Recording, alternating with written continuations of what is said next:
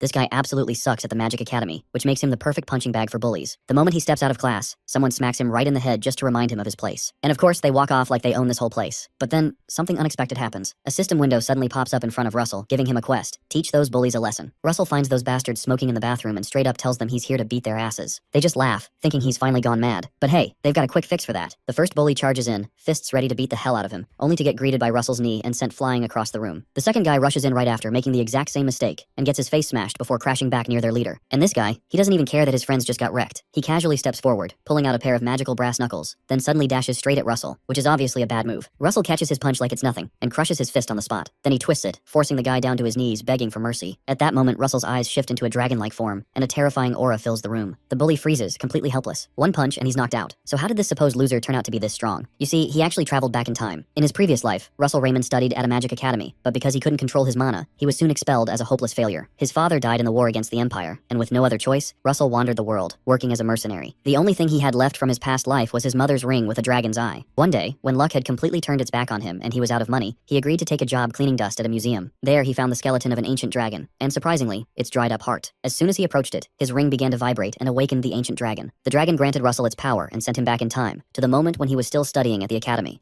Now that he's done dealing with those bullies, Russell leaves the bathroom and sits against the wall on the floor, wondering if he went a little overboard. Right at that moment, the system notification materializes before him, and he receives the lowest grade magic stone as promised. As soon as the stone is in his hand, the system tells him to consume it. While Russell is not sure if he's really supposed to eat it, he believes that this must be another opportunity that's mixed in with being given a chance to live life the second time. He starts to chew the stone, and he realizes it tastes really nice. Suddenly, a red energy called mana starts to appear around his body. The energy soon envelops him, and it freaks him out. The screen notifies him that he has obtained the mana contained within the stone. Suddenly, he feels a sensation coming from his chest, and he's still freaked out. Our guy suddenly realizes what's happening, and he places his hands on his chest to stabilize himself. He realizes that the mana he consumed is flowing out, so he calms down so it can do its thing. The screen comes back and tells him that the mana in the circle is increasing. The mana isn't just increasing. The mana he received is being absorbed by the magic circle around his heart. He remains calm and is glad that it's finally stabilizing. Our guy suddenly grins because it looks like he's hit a jackpot. With this new method, he can finally overcome the mana vein narrowing that he has always dreaded. He thinks about the fall of his family, and then his expulsion from the academy. As if those experiences weren't bad enough, he had to settle as a third-rate mercenary. Finally, it looks like he can change the future that he has foreseen. He paces through the hall with a newfound joy, and it looks like things are looking bright. Moments later, Russell knocks on Professor Hubert's door, and he's told to come in. He walks into the room and the old man tells him to sit. Russell sits down dejected, and the professor calls his name the way elderly people do when you get into trouble. Professor Hubert tells him that he's not his usual self today. To help solve the problem, he continues by suggesting what the problem could be. He asks Russell if he's going through something difficult. The professor informs him that he heard a rumor that his classmates are bullying him, and he wonders if that's the cause. Russell recalls his fond memories with Professor Hubert in his past life, and he recalls how he never gave up on him. He finally smiles when it's his turn to respond, and he remembers that he always wanted to say this. So he informs the professor that there's no need to worry. The old man is shocked by his words, and Russell thanks him for asking. The professor coughs and states that it is his job as a professor to take care of his students. He adds that, however, because he'll get punished because he dozed off in class today. The professor opens the book in front of him and tells him the punishment won't be an easy one. He's given an assignment to write an analytical report on a part of their textbook. Apparently, it's a section that even those in the upper years struggle with. While he speaks, the screen pops up again, and announces to him that his new mission is to complete Professor Hubert's assignment. The system informs him that he can get additional rewards depending on the level of completion and Professor Hubert's level of satisfaction. The reward is another lowest grade mana stone plus some mysterious thing. Russell's eyes widen when he realizes that even completing assignments are missions. The professor notices his eyes widening, so he asks him if the assignment is too difficult. Russell tells him it's not, so he thanks the professor. Later, Russell completes the assignment after a few hours. He thinks to himself that the assignment isn't as difficult as it was made to look. In his previous life, he used to study the theoretical part of magic really hard because he was hopeless at using mana practically. But there is something else to pay attention to in this new life. There's something else that's just as important as studying. That thing is called mana vein training. Russell remembers one of his jobs as a mercenary where he's escaping from a monster. He explains that the mana vein is the path that circulates mana. Mana is absorbed through breathing. Mana is also circulated through the mana veins and is collected at the heart. In the flashback, the monster closes in on our hero. The monster smashes one of its large claws on the ground, and Russell quickly jumps out of the way. While he's running, he turns back and notices that the monster is coming to attack him again. He explains that the reversal of mana flow out of the body is called magic. In the flashback, he does some circle magic and releases some fire out of his hands. It's a great deal of fire, and the fire envelopes the monster. The thing is that the stronger your mana veins, the more mana you can collect and the faster you can release it. After the fire clears out, the monster is obviously unscathed. It seems that he couldn't release a fire that's strong enough to hurt it. He realizes he's cooked, so he tries to generate a shield to block the monster's next attack. Before he can complete the chant to cast the spell, he feels a sudden impact. The monster quickly gives him a sucker punch with its tail. The monster finally moves forward to finish him off. Still in the flashback, Russell explains that his sickness made fighting monsters an absolute nightmare. He remains in the rock, slightly unconscious. Suddenly, he regains his consciousness. He's quickly met by another hit by the monster that launches him deeper into the hollow stone. He wonders if the skies sympathized with his unlucky fate, or if it could just have been luck. The thing is, that fall launched him into an underground site. When he gets up, he groans and tries to find his way out. Inside this site, he finds 2 grimoires containing strange secrets. Our guy walks towards the books and goes to pick them up. The first book is called Overvain, and the other is called Wizard Body. Back in the present, Russell goes on a jog to continue his mana vein training. He explains that the book named Overvain trains the physical body and broadens one's mana vein. The other book called Wizard Body teaches you trainings that help substitute your muscle tissue for a part of the mana vein. In other words, the stronger your body gets, the more firm your mana vein gets. Russell recalls that the change he experienced doing this as an adult wasn't so much, but since he's in his growing stages now, he'll be able to see greater results. Our guy trains vehemently, determined to overcome mana vein narrowing this time. Shortly after, the sun starts to set while he's still training. Our hero goes to rest near a tree, and he confesses that he can't go on anymore. He gives himself a pat on the back that this much training should be enough for his training regime for one day. Suddenly, the screen appears again and notifies him that the mission to practice the ancient skill called Overvain requires him to run 5 kilometers, but he's only done 0.05 out of 5. The reward of going 5 kilometers is that the speed improvement resulting from practicing the skill will increase. Russell winces after reading the notification. To give him an incentive, the system notifies him that while practicing Overvain, he can repeat this mission once a day. The system also adds that based on how he improves, the distance that's required each time will increase. Lastly, after he reaches a certain level of Overvain, the mission will no longer appear. Russell becomes alarmed and asks the system what the rush is. The notification sounds like a threat, so he decides to train. He reasons that he barely managed to obtain such an opportunity, so he can't just sit still and let it pass him by. Shortly after, our guy pushes further and goes 1.4 kilometer out of 5. He goes further and does 2.7 kilometer out of 5. At this point, his legs begin to shake. It gets to a point that he has to take a break because it feels like he's broken his knee. He checks the screen and notices he's gone 3.6 kilometers, so he comforts himself that he's almost done. He decides to give it one last push. With all his remaining strength, our boy runs like a madman to meet the target. Late at night, he finally sees the notification that he has completed the mission and there are rewards for it. He lies on the ground and he feels like he'll die if he takes another step. The great achievement makes him smile, and he wonders how he's going to walk back to the dorm. The next morning, Professor Hubert goes through Russell's report, and he can't believe his eyes based on how in-depth it is. He looks up at Russell and asks him if he's sure he was the one who prepared the report. Our guy gives a sly smile and affirms that he did it himself. The professor notices his confidence. Professor Hubert finally speaks and tells him he's very satisfied with his report. Suddenly, the screen pops up again and notifies him he has completed the mission, and he'll now receive a reward. His rewards are another lowest grade mana stone and an additional gem of the same size. He also receives increased understanding of the art of summoning beasts. Because of this increased understanding, he'll get an increase in power, a decrease in mana consumption, and reduced casting time. Russell realizes that the higher his level of understanding becomes, the stronger he becomes. He quickly decides to leverage on that. The professor commends his work and tells him he can take his leave now. Before he leaves, Russell decides to ask the professor a favor. Moments after Russell has asked the favor, the professor asks him why he would want to use the faculty library. The man mentions that the student library should have enough books to suit all of his needs. Our boy informs the professor that he's read all the books in the student library. That sounds hard to believe, so the professor asks if he's really read all of them, to which Russell replies affirmatively. His teacher says that's shocking to hear. However, he says that even if he's being truthful, it's an entirely different matter to allow him to use the faculty library. The professor tells him that he'll put him through tests to ensure if he's qualified for that. Russell lights up and agrees that that is totally understandable. Shortly after, several mission windows pop up, all requesting that our guy complete each assignment that the professor gave him to get the rewards. While he's out running, he thinks about how many assignments the professor gave him, and reasons that he's quite a picky man. Considering that the better one can understand theory, the stronger their magic, our boy decides that it will be worth it. He determines to get access to the advanced level knowledge in the faculty at all costs. Eventually, he considers that he'll also get a mana stone from each mission, so it's like killing 2 birds with 1 stone. While he's enjoying his drink of water, someone walks up to him and calls his full name. The boy's name is Anton Frederick, and he seems to be related to Coma. Anton mentions that Coma, his friend, had to suffer because of him. Russell sharply retorts by asking what's wrong with that, and he asks if Anton is here for revenge. Anton laughs and says there's no point in coming here to take revenge against him, and his friends laugh with him. He tells Russell to stop deluding himself. He jokes that no one would take revenge on a worthless piece of shut like him. Anton tells him that he'd rather trample him than take revenge here. The bully walks past him and intentionally collides with him, reminding him that they'll meet in class. Russell remembers that they have class soon, and he wonders why Anton is so smug about it. He suddenly recalls that the class they have together is Practical Magic Combat Studies, where students are graded based on their sparring matches with each other. The bad part about it is that in his fights against Anton in his past life, he was always humiliated in that class. He recalls Anton always beating him at fire magic and towering over him. He would grin and make fun of him because he doesn't have good mana veins. Russell can't believe he had foolishly forgotten that they have to do those. Our boy decides that he has to quickly start preparing for it. Better late than never. Suddenly, the screen notifies him that he has a new mission to achieve the second circle by increasing the level of understanding of the attributes that he currently possesses. That day, Russell spends all this time doing each and every assignment the professor gave him, and he works into the night. The next morning, he brings a pile of papers to the professor's office to submit the assignments. The system shows several notifications for each assignment and tells him that he has completed his mission and will now receive his reward. That evening, Russell returns to the dorm after a day well spent and decides to check out his rewards. He looks at about 10 mana stones that the system gave him, and he contemplates what to do with them. A growing uncertainty rises within him as he picks them up. He wonders if his body's mana load will be able to handle several mana stones at once without causing adverse effects. Eventually, he seems to accept his fate and proceeds to take the stones. He tells himself that he'd have to trust the training he's been going through for so long. A few seconds later, our boy boy tosses all 10 stones in his mouth and chews them up. For a short while, nothing happens. Moments later, the mana from the stones is released, and his body is suddenly enveloped by the mana. It becomes more pronounced, and the entire room is consumed by a bright light. He suddenly begins to feel like his body is burning. To absorb the mana towards his heart, he quickly makes a path into his mana veins. Russell starts to create a path to mold the flow of the mana. He continues to direct the flow of the mana to channel it to his heart. It's clear that he's in some pain, but he decides to bear it. Furthermore, he starts to twirl the mana flow around to draw a new circle around his heart like the first one he has so he can achieve a second circle. If he fails at doing this properly, his heart won't be able to make it. Our boy carefully draws the second circle but hesitates before he reaches the end, afraid that he'll mess something up. He decides that there's no going back, so he decides to finish it up. His veins begin to absorb the generated mana once he concentrates and completes the circle. Our boy refuses to give up, no matter the consequence. There's no way he can achieve his dream of being a world-class mage without doing this, so he promises himself to achieve a second circle. Suddenly, a bright beam of light bursts out through his window, and it looks like he's exploding. Moments later, Russell wakes up on the ground, and he realizes that he was able to do it successfully. He realizes that he's finally achieved the second circle. Finally, the mana flows into his body while he lays on the ground. Suddenly, the system notifies him that he has completed the mission, and will now receive rewards. Apparently, his understanding of the elemental attributes has risen greatly, so the power of each elemental magic has also risen greatly. The next morning, the professor reads through all of the reports that Russell submitted to him. He exclaims in amazement and confesses that he can't believe that he was able to complete all those tasks in a short period. The professor tells him that there's one last question before he can grant him access. It's a question that is more fundamental compared to the previous ones. The professor asks which of the structures is the most important among the 4 structures that magic is comprised of. The question shocks Russell, who just stands there in silence. Professor Hubert notices his silence and starts to regret asking a student a question that he himself has recently just figured out. To avoid overwhelming him, the professor quickly gets up and proposes to ask a different question. Russell, who was silent all along, starts to answer the question anyway. The professor is taken aback by Russell's confidence. Shocked that he has an answer, Professor Hubert stops talking and listens to him. Russell finally answers that the most important structure in magic is the mental image of the one performing magic. The professor hesitates for a moment and considers the answer he gave. Professor Hubert finally asks him why he thinks that is so. Russell thinks deeply about the question before he speaks. He says that magic is manifesting something into the real world using mana. The world categorizes this process into 4 different levels. The first level is known as assimilation, where you learn the principles that guide natural phenomena. The second step is creating a mental image, where you visualize what you've learned in your mind. The third step is called construction, where you construct formulas in order to manifest the visual image. The final part is manifestation, where the magic comes to exist in the real world through the formula. Russell adds that understanding construction and manifestation can be learned through enough effort and studying. However, mental image is not something that can be reached through effort. Breaking out of one's limits and reaching freedom of imagination through courage is what decides the level of mental images. Our boy holds out his hands and generates a flame to explain his point. He explains that he can choose to pretend that this flame is an arrow and visualize that in his mind. If he does that, the flame will become the second circle magic fire arrow. True to his words, the flame in his hands morphs itself into the form of an arrow. Next, he says that he can also choose to imagine something else. Apparently, the flame will follow his imagination and will become something entirely different. He says that he doesn't have to place a limit on his mental visualization, because doing that can allow him to create something that doesn't exist in this world. The professor just listens keenly and affirms all that he has said. Russell says that it all begins with understanding how the world ends and then twisting the rules of the world to achieve something beautiful. Russell puts out the flames and confidently ends his explanation. Professor Hubert, who has been listening all along, thinks about how remarkable Russell seems to have become. He finally speaks and says he's been able to confirm what he's been thinking. The professor smiles at him and says that the student library is too small a world for him. Suddenly, the system notifies our boy that he has accomplished the mission of gaining entry into the first floor of the professor's library, and he'll get 2 low-grade mana stones. Later that day, Russell walks into the first floor of the professor's library. Only the first floor seems to be pretty expansive, which he finds intriguing. To him, this is very different from the student library. He quickly starts digging through the books and finds a few. He goes to have a seat and starts reading through the books. To him, these books are more practical than what they usually have access to. Suddenly, a woman steps into the library and watches Russell from behind. She finally exclaims to get his attention, and she tells him that he's reading quite an interesting book. Russell is shocked to hear her voice, and he realizes he's not alone. He quickly drops the book and turns around. Oddly, he doesn't see anyone, and it turns out that the woman has somehow disappeared to his front, and she signals him to look forward. She is dressed like a mage, and Russell recognizes her. The woman smiles at him, and he recognizes her as Dariah Snow White, the master of the Flame Tower. He quickly greets her and introduces himself. Russell immediately becomes uncomfortable in her presence. This is because she is in the realm of the 8th circle, which not many in the world have been able to reach. Despite being over the age of 80, she uses an incredible amount of mana to maintain her youthful appearance. She is the master of the best-ranking magic tower of the Red Tower faction called the Flame Tower. Daria is surprised to learn that he knows her. She brings out a large lollipop out of nowhere, and she quickly puts him at ease, telling him there's no need to be nervous. Wondering how a student was able to gain access to the professor's library, she turns around and asks him. Russell informs her that Professor Hubert had allowed him to use the library. Daria exclaims softly, and asks if an uptight man like Professor Hubert really allowed him to use the library. Our boy starts to grin when he realizes that the professor can be a bit uptight in truth. She mentions that it makes sense, and it explains why he was learning something quite interesting when she came in. The woman scans him with her eyes and notices that he has extremely pure mana, and senses that his mana distribution is very stable too. She glances back at him and mutters that it's rare to find someone like him. Daria walks past him and tells him not to worry. To ease his tension, she assures him that she's not here to lecture him or get in his way. Russell bows again and thanks her for her kind words. Daria suddenly strikes the ground, and a bright light comes out from the spot. She tells him to grow to the best of his abilities, but when he looks back up at her, she's nowhere to be found. All that's left of her is the bright light, and it appears she had teleported elsewhere. Russell is left awestruck, and he just looks at the spot where she was standing. After he finishes, MC steps out of the professor library and quietly shuts the door, still shocked from the encounter. While he's still daydreaming, he hears a voice from behind who's asking if it's our boy who is standing by the door. Russell looks back at the person talking, and it turns out to be Anton and his gang. Anton's friend wonders why Russell is coming out of the professor's library and asks who he thinks he is. Anton remarks that it seems Russell must have kissed some professor's a-hole, but it doesn't change the fact that he won't amount to anything. The boys walk away laughing, and Anton tells Russell to keep trying his best. As he walks away, he glances back and says that it's not going to do him any good anyway.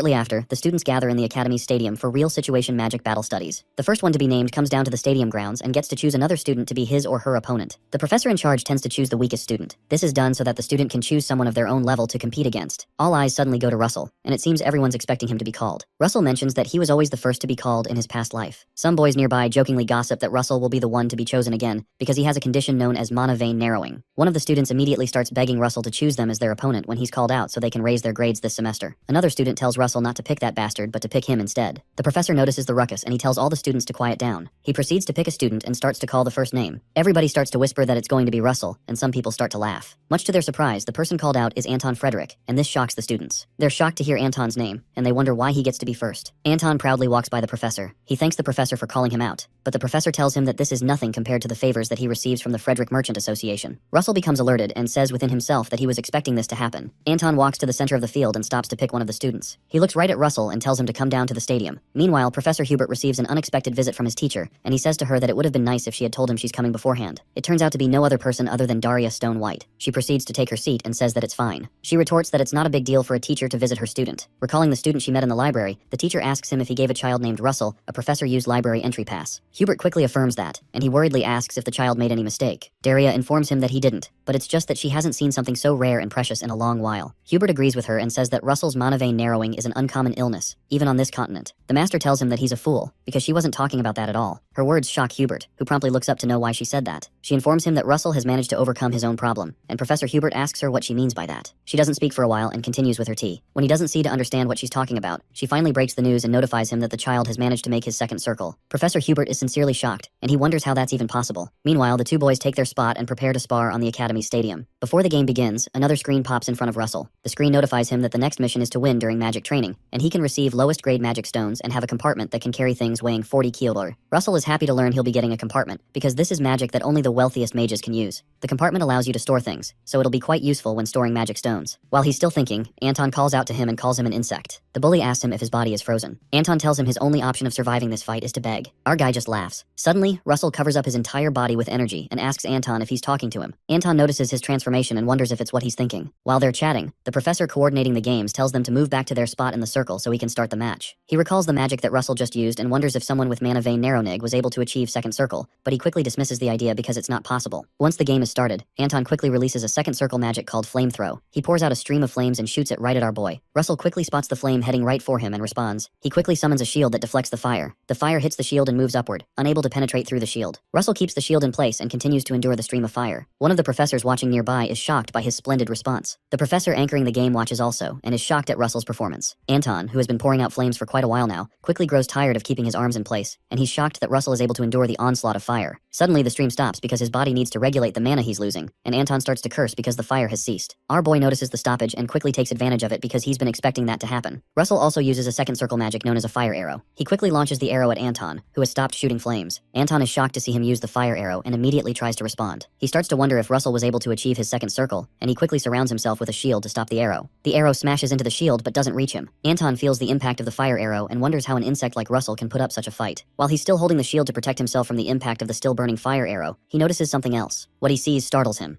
Right in front of him, Russell has already successfully cast a second fire arrow. Our boy launches the arrow at him and doesn't show any mercy. The second arrow heads for Anton's shield, and Russell doesn't give him any breathing space. The professor anchoring the session is shocked and wonders if it's a double casting. The other professor tells him that it's not double casting, but it's more like his casting speed is so fast that it seems like it. While they talk, Russell creates another fire arrow. Anton notices this, and he wonders if making a fire arrow is all that his opponent is capable of. He decides on a secret way to beat him, and he changes his shield structure. He changes his shield into one that's specialized against fire using another second circle magic. Meanwhile, Russell notices the change and smirks because that is what he's been waiting for. Anton gloats about his plan to wait till Russell expends all his mana on his fire-resistant shield, then fight back. Unlike what he expected, Russell cancels the casting of the fire arrow and starts to cast another spell. The fire in his hand disappears, and some strong wind starts to appear. Anton is shocked by the sudden transformation, and he exclaims because it seems his plan has been foiled. Russell uses a second circle magic called a wind arrow and launches it right at his opponent's shield. Anton is struck by the arrow and falls backwards. He's shocked that the insect was able to identify the type of shield he was using and modify his casting. The new professor who is watching the fight opens his mouth wide and wonders if this is the same Russell he knows. Meanwhile, the professor who rigged the selection to pick Anton can't believe his eyes and continues to sweat profusely. Anton groans from the pain of the impact and loses control of his shield. The impact pushes him far back, and he's almost out of the circle. Anger rises in his eyes, and he can't believe that such a little runt is beating him. Before he can make his next move, Russell closes in on him and starts to cast another spell. This time, our boy casts a lightning spell. A lightning beam comes out of his hand and hits Anton right in the chest, knocking him further back. His eyes roll back and turn white as he groans from the excruciating pain of the strike. He tries to generate fire to counter the attack, but he's too weak. Russell doesn't give him a breathing chance and rushes him again with another attack. He attacks the bully with another lightning strike. The professor who rigged for Anton starts to protest that he doesn't recognize the type of magic that Russell is using and says the match needs to be immediately stopped. Nearby, Professor Hubert tells the complaining professor to take a closer look at what's covering Russell's body so he can be convinced it's really magic. The professor quickly looks at Russell's body and is shocked. He sees a bright aura around Russell and stammeringly remarks that he's using mana like a knight's aura. Professor Hubert smiles proudly and mentions that he doesn't know how he got to do this, but it seems he's found a way out of his problem. Meanwhile, Russell continues to pummel Anton to the ground. He soon stops after Anton creates a comfortable hole in the ground. The students are all shocked by the turn of events, and their jaws almost fall to the ground. The crook professor wonders how this could have happened. While he's thinking, he hears a voice ask him what he's doing. He quickly looks to his side, and Professor Hubert reminds him that he's supposed to announce the winner. The crook professor stutters and quickly announces the winner. He loudly declares Russell Raymond as the winner. Due to the odd turn of events, the professor slowly walks towards him. He awkwardly commends Russell and tells him he can leave, but Russell says that it's not over yet. When the professor asks him what he means, our boy reminds him of the class rules. According to the class rules, unless a victor surrenders, they should be allowed to call upon the next opponent. Anton's friends exclaim in shock because they realize that they're up next to get their behinds whooped. Russell promptly points at one of them and tells him that he's next. The system suddenly brings up another notification that informs him his new mission is to win the next magic duel, with rewards of 2 lowest grade mana stones and additional rewards for consecutive wins. Russell looks at the boy and he tells him to come to the fighting circle. After the game, Professor Hubert mutters to himself that our boy won 14 duels in a row. Considering the game, he reasons that Russell has great insight. He seems proud that he was able to recognize how much potential Russell had a long time ago. However, the professor starts to wonder how he was able to grow so quickly. He recalls all his moves on the field. Meanwhile, Russell receives a notification that he's completed his mission, and a compartment has been unlocked as a reward. The system notifies him that all his rewards will automatically be put in the compartment from now on. He also gets a series of mana stones as rewards for each fight he won. There seems to also be an unknown thing in the compartment, which the system gave him as a reward. Russell glances over at the notification about the unknown thing and wonders what it could be. He summons the compartment to find out. Our boy reaches into it and checks around. When he brings it out, it turns out to be some sort of map where X marks the spot. A notification pops up again with a new mission where he has to go to the location on the map and complete the mission assigned there. The system notifies him that some lights will guide his way when he approaches the location. The reward for the mission is something unknown, as well as 5 intermediate grade mana stones. The system issues a warning that it's best to try this mission after he has reached the 3rd circle. Russell is shocked when he reads that he'd have to get to the 3rd circle. He thinks about the 3rd circle, and he remembers that he's tried multiple times in his past life, but has never managed to get to that level. Another issue is that he doesn't know where this mystery place is, and he can't seem to be able to tell from the map. He quickly goes to the professor's library and hopes to find something that will hint at where the place is. He drops a series of books on the table and hopes to find a clue in one of them. The first one he finds is called Endymion Kingdom's Outer Territories, and he eagerly flips through it. There's no luck with that one, so he checks the next one. He doesn't find it, so he checks the next one. That one too doesn't have any information, so he checks another one but doesn't find it. After checking dozens of books, he groans in frustration upon realizing that none of the places in these books match the location he's looking for. He curses in frustration as he leaves the library and realizes that he's wasted too much time. He decides it would be better if he just focuses on reaching the 3rd circle first. When he goes through the hallway, several of the students cower in fear after watching his display in the stadium. Russell thinks to himself that he's managed to escape resentment and bullying. The only issue is that he's still a loner. While he's thinking, he hears someone call out to him from behind. He looks back, and it turns out to be Professor Hubert, who warmly asks him if he can come see him in his office. Russell cheerfully accepts to come see him. When they get to the office, Professor Hubert remarks that it's almost summer break. He pours them both some tea and asks Russell if he has any plans for the break. Russell tells him that he doesn't have any plans yet. Upon hearing that, Professor Hubert asks him if he would like to work with him on a research project, and this shocks him. The professor mentions that depending on how he performs, he can even get to have his name right after his as the author. Russell picks up the research paper and looks at the image on it, and he recognizes the place. The professor asks him what he's thinking about when he notices the surprise on his face. Russell promptly apologizes and tells Professor Hubert that he actually has plans for the summer. The professor looks at him puzzled, wondering why he had just said he didn't have any plans. Russell hands him the book and tells him he plans to go to the place drawn in front of it. He also hands him the map that he got. Professor Hubert looks at the place on his map and recognizes the place as Maldiva. A while later, when summer break arrives, Russell begins his journey to Maldiva. He sits in the back of a coach as he enjoys the view from the window. Later, Russell summons the compartment again. He picks a mana stone from the compartment and tosses it in his mouth. mouth. He tells himself that this will fill up his stomach for the journey ahead. He says to himself that he'll reach the third circle before he reaches Maldiva. Meanwhile, the professor thinks about the strangeness of Russell's trip. The reason it seems strange is because someone else is also going to Maldiva. He believes Daria, his teacher, must be in Maldiva right now, and it may be a good thing that Russell is headed there. Meanwhile, by the Endymion Maldiva Sea, Daria gets a suntan by the beach and enjoys her vacation. She says within herself that the place may be her hometown, but it's always beautiful in her eyes. She enjoys a drink and wonders how long it has been since her last break. She realizes she's been busy protecting the Empire, making magic research presentations, and even developing her students. The master recalls a time when she was addressing her student. She mentions the numbers 9, 6, and 3 to them. She creates some fire in her hands and explains that these 3 numbers hold special meaning to mages. The kids are astounded by the depth of her skill, and they listen to her closely. Daria teaches them that the 3 numbers signify the end as a person who is already walking the path of 9th circle magic. It signifies the completion of a 6th circle for the mage that's yet to get there, and the suffering they'll go through to become a grand mage. The 3rd circle signifies a different thing. It signifies the start of a person being alone as a mage. Daria thinks about how it feels to be alone as a mage. Suddenly, she recalls her meeting with Russell and wonders if the child is doing okay. She continues thinking about how she saw him reading an advanced magic book. Meanwhile, the coach that Russell is in finally reaches Maldiva, and the rider informs him they've reached their destination. The coach rider waits for a while and notices that our guy isn't coming down. When he comes to the back to check out his passenger, he exclaims in shock based on the state he finds him in. Sometime later, Russell furiously gobbles down some food. He tears a piece of hot dog with one hand while he eats a loaf of bread with the other. In front of him is a mountain of food, and he recalls that he used too much strength trying to calm down the crazed mana when he was trying to draw the 3rd circle. In a flashback to when the coach rider came back to check on him, the rider finds him unconscious and frantically tries to revive him, thinking he had died. In the present, Russell swallows a drink, and he's glad he's finally able to achieve the 3rd circle. He empties the cup in front of him and drops it on the table. He thinks about how awesome it is for him to achieve 3rd circle magic. The fact that he was able to overcome his limit from his past life just months after he returned to the past astounded him. He drops some coins to pay for the food and proceeds to leave. As he leaves, he tells himself that he'll have to go further than the 3rd circle. The system brings back the mission that's connected to the map and notifies him to find the location marked on the map.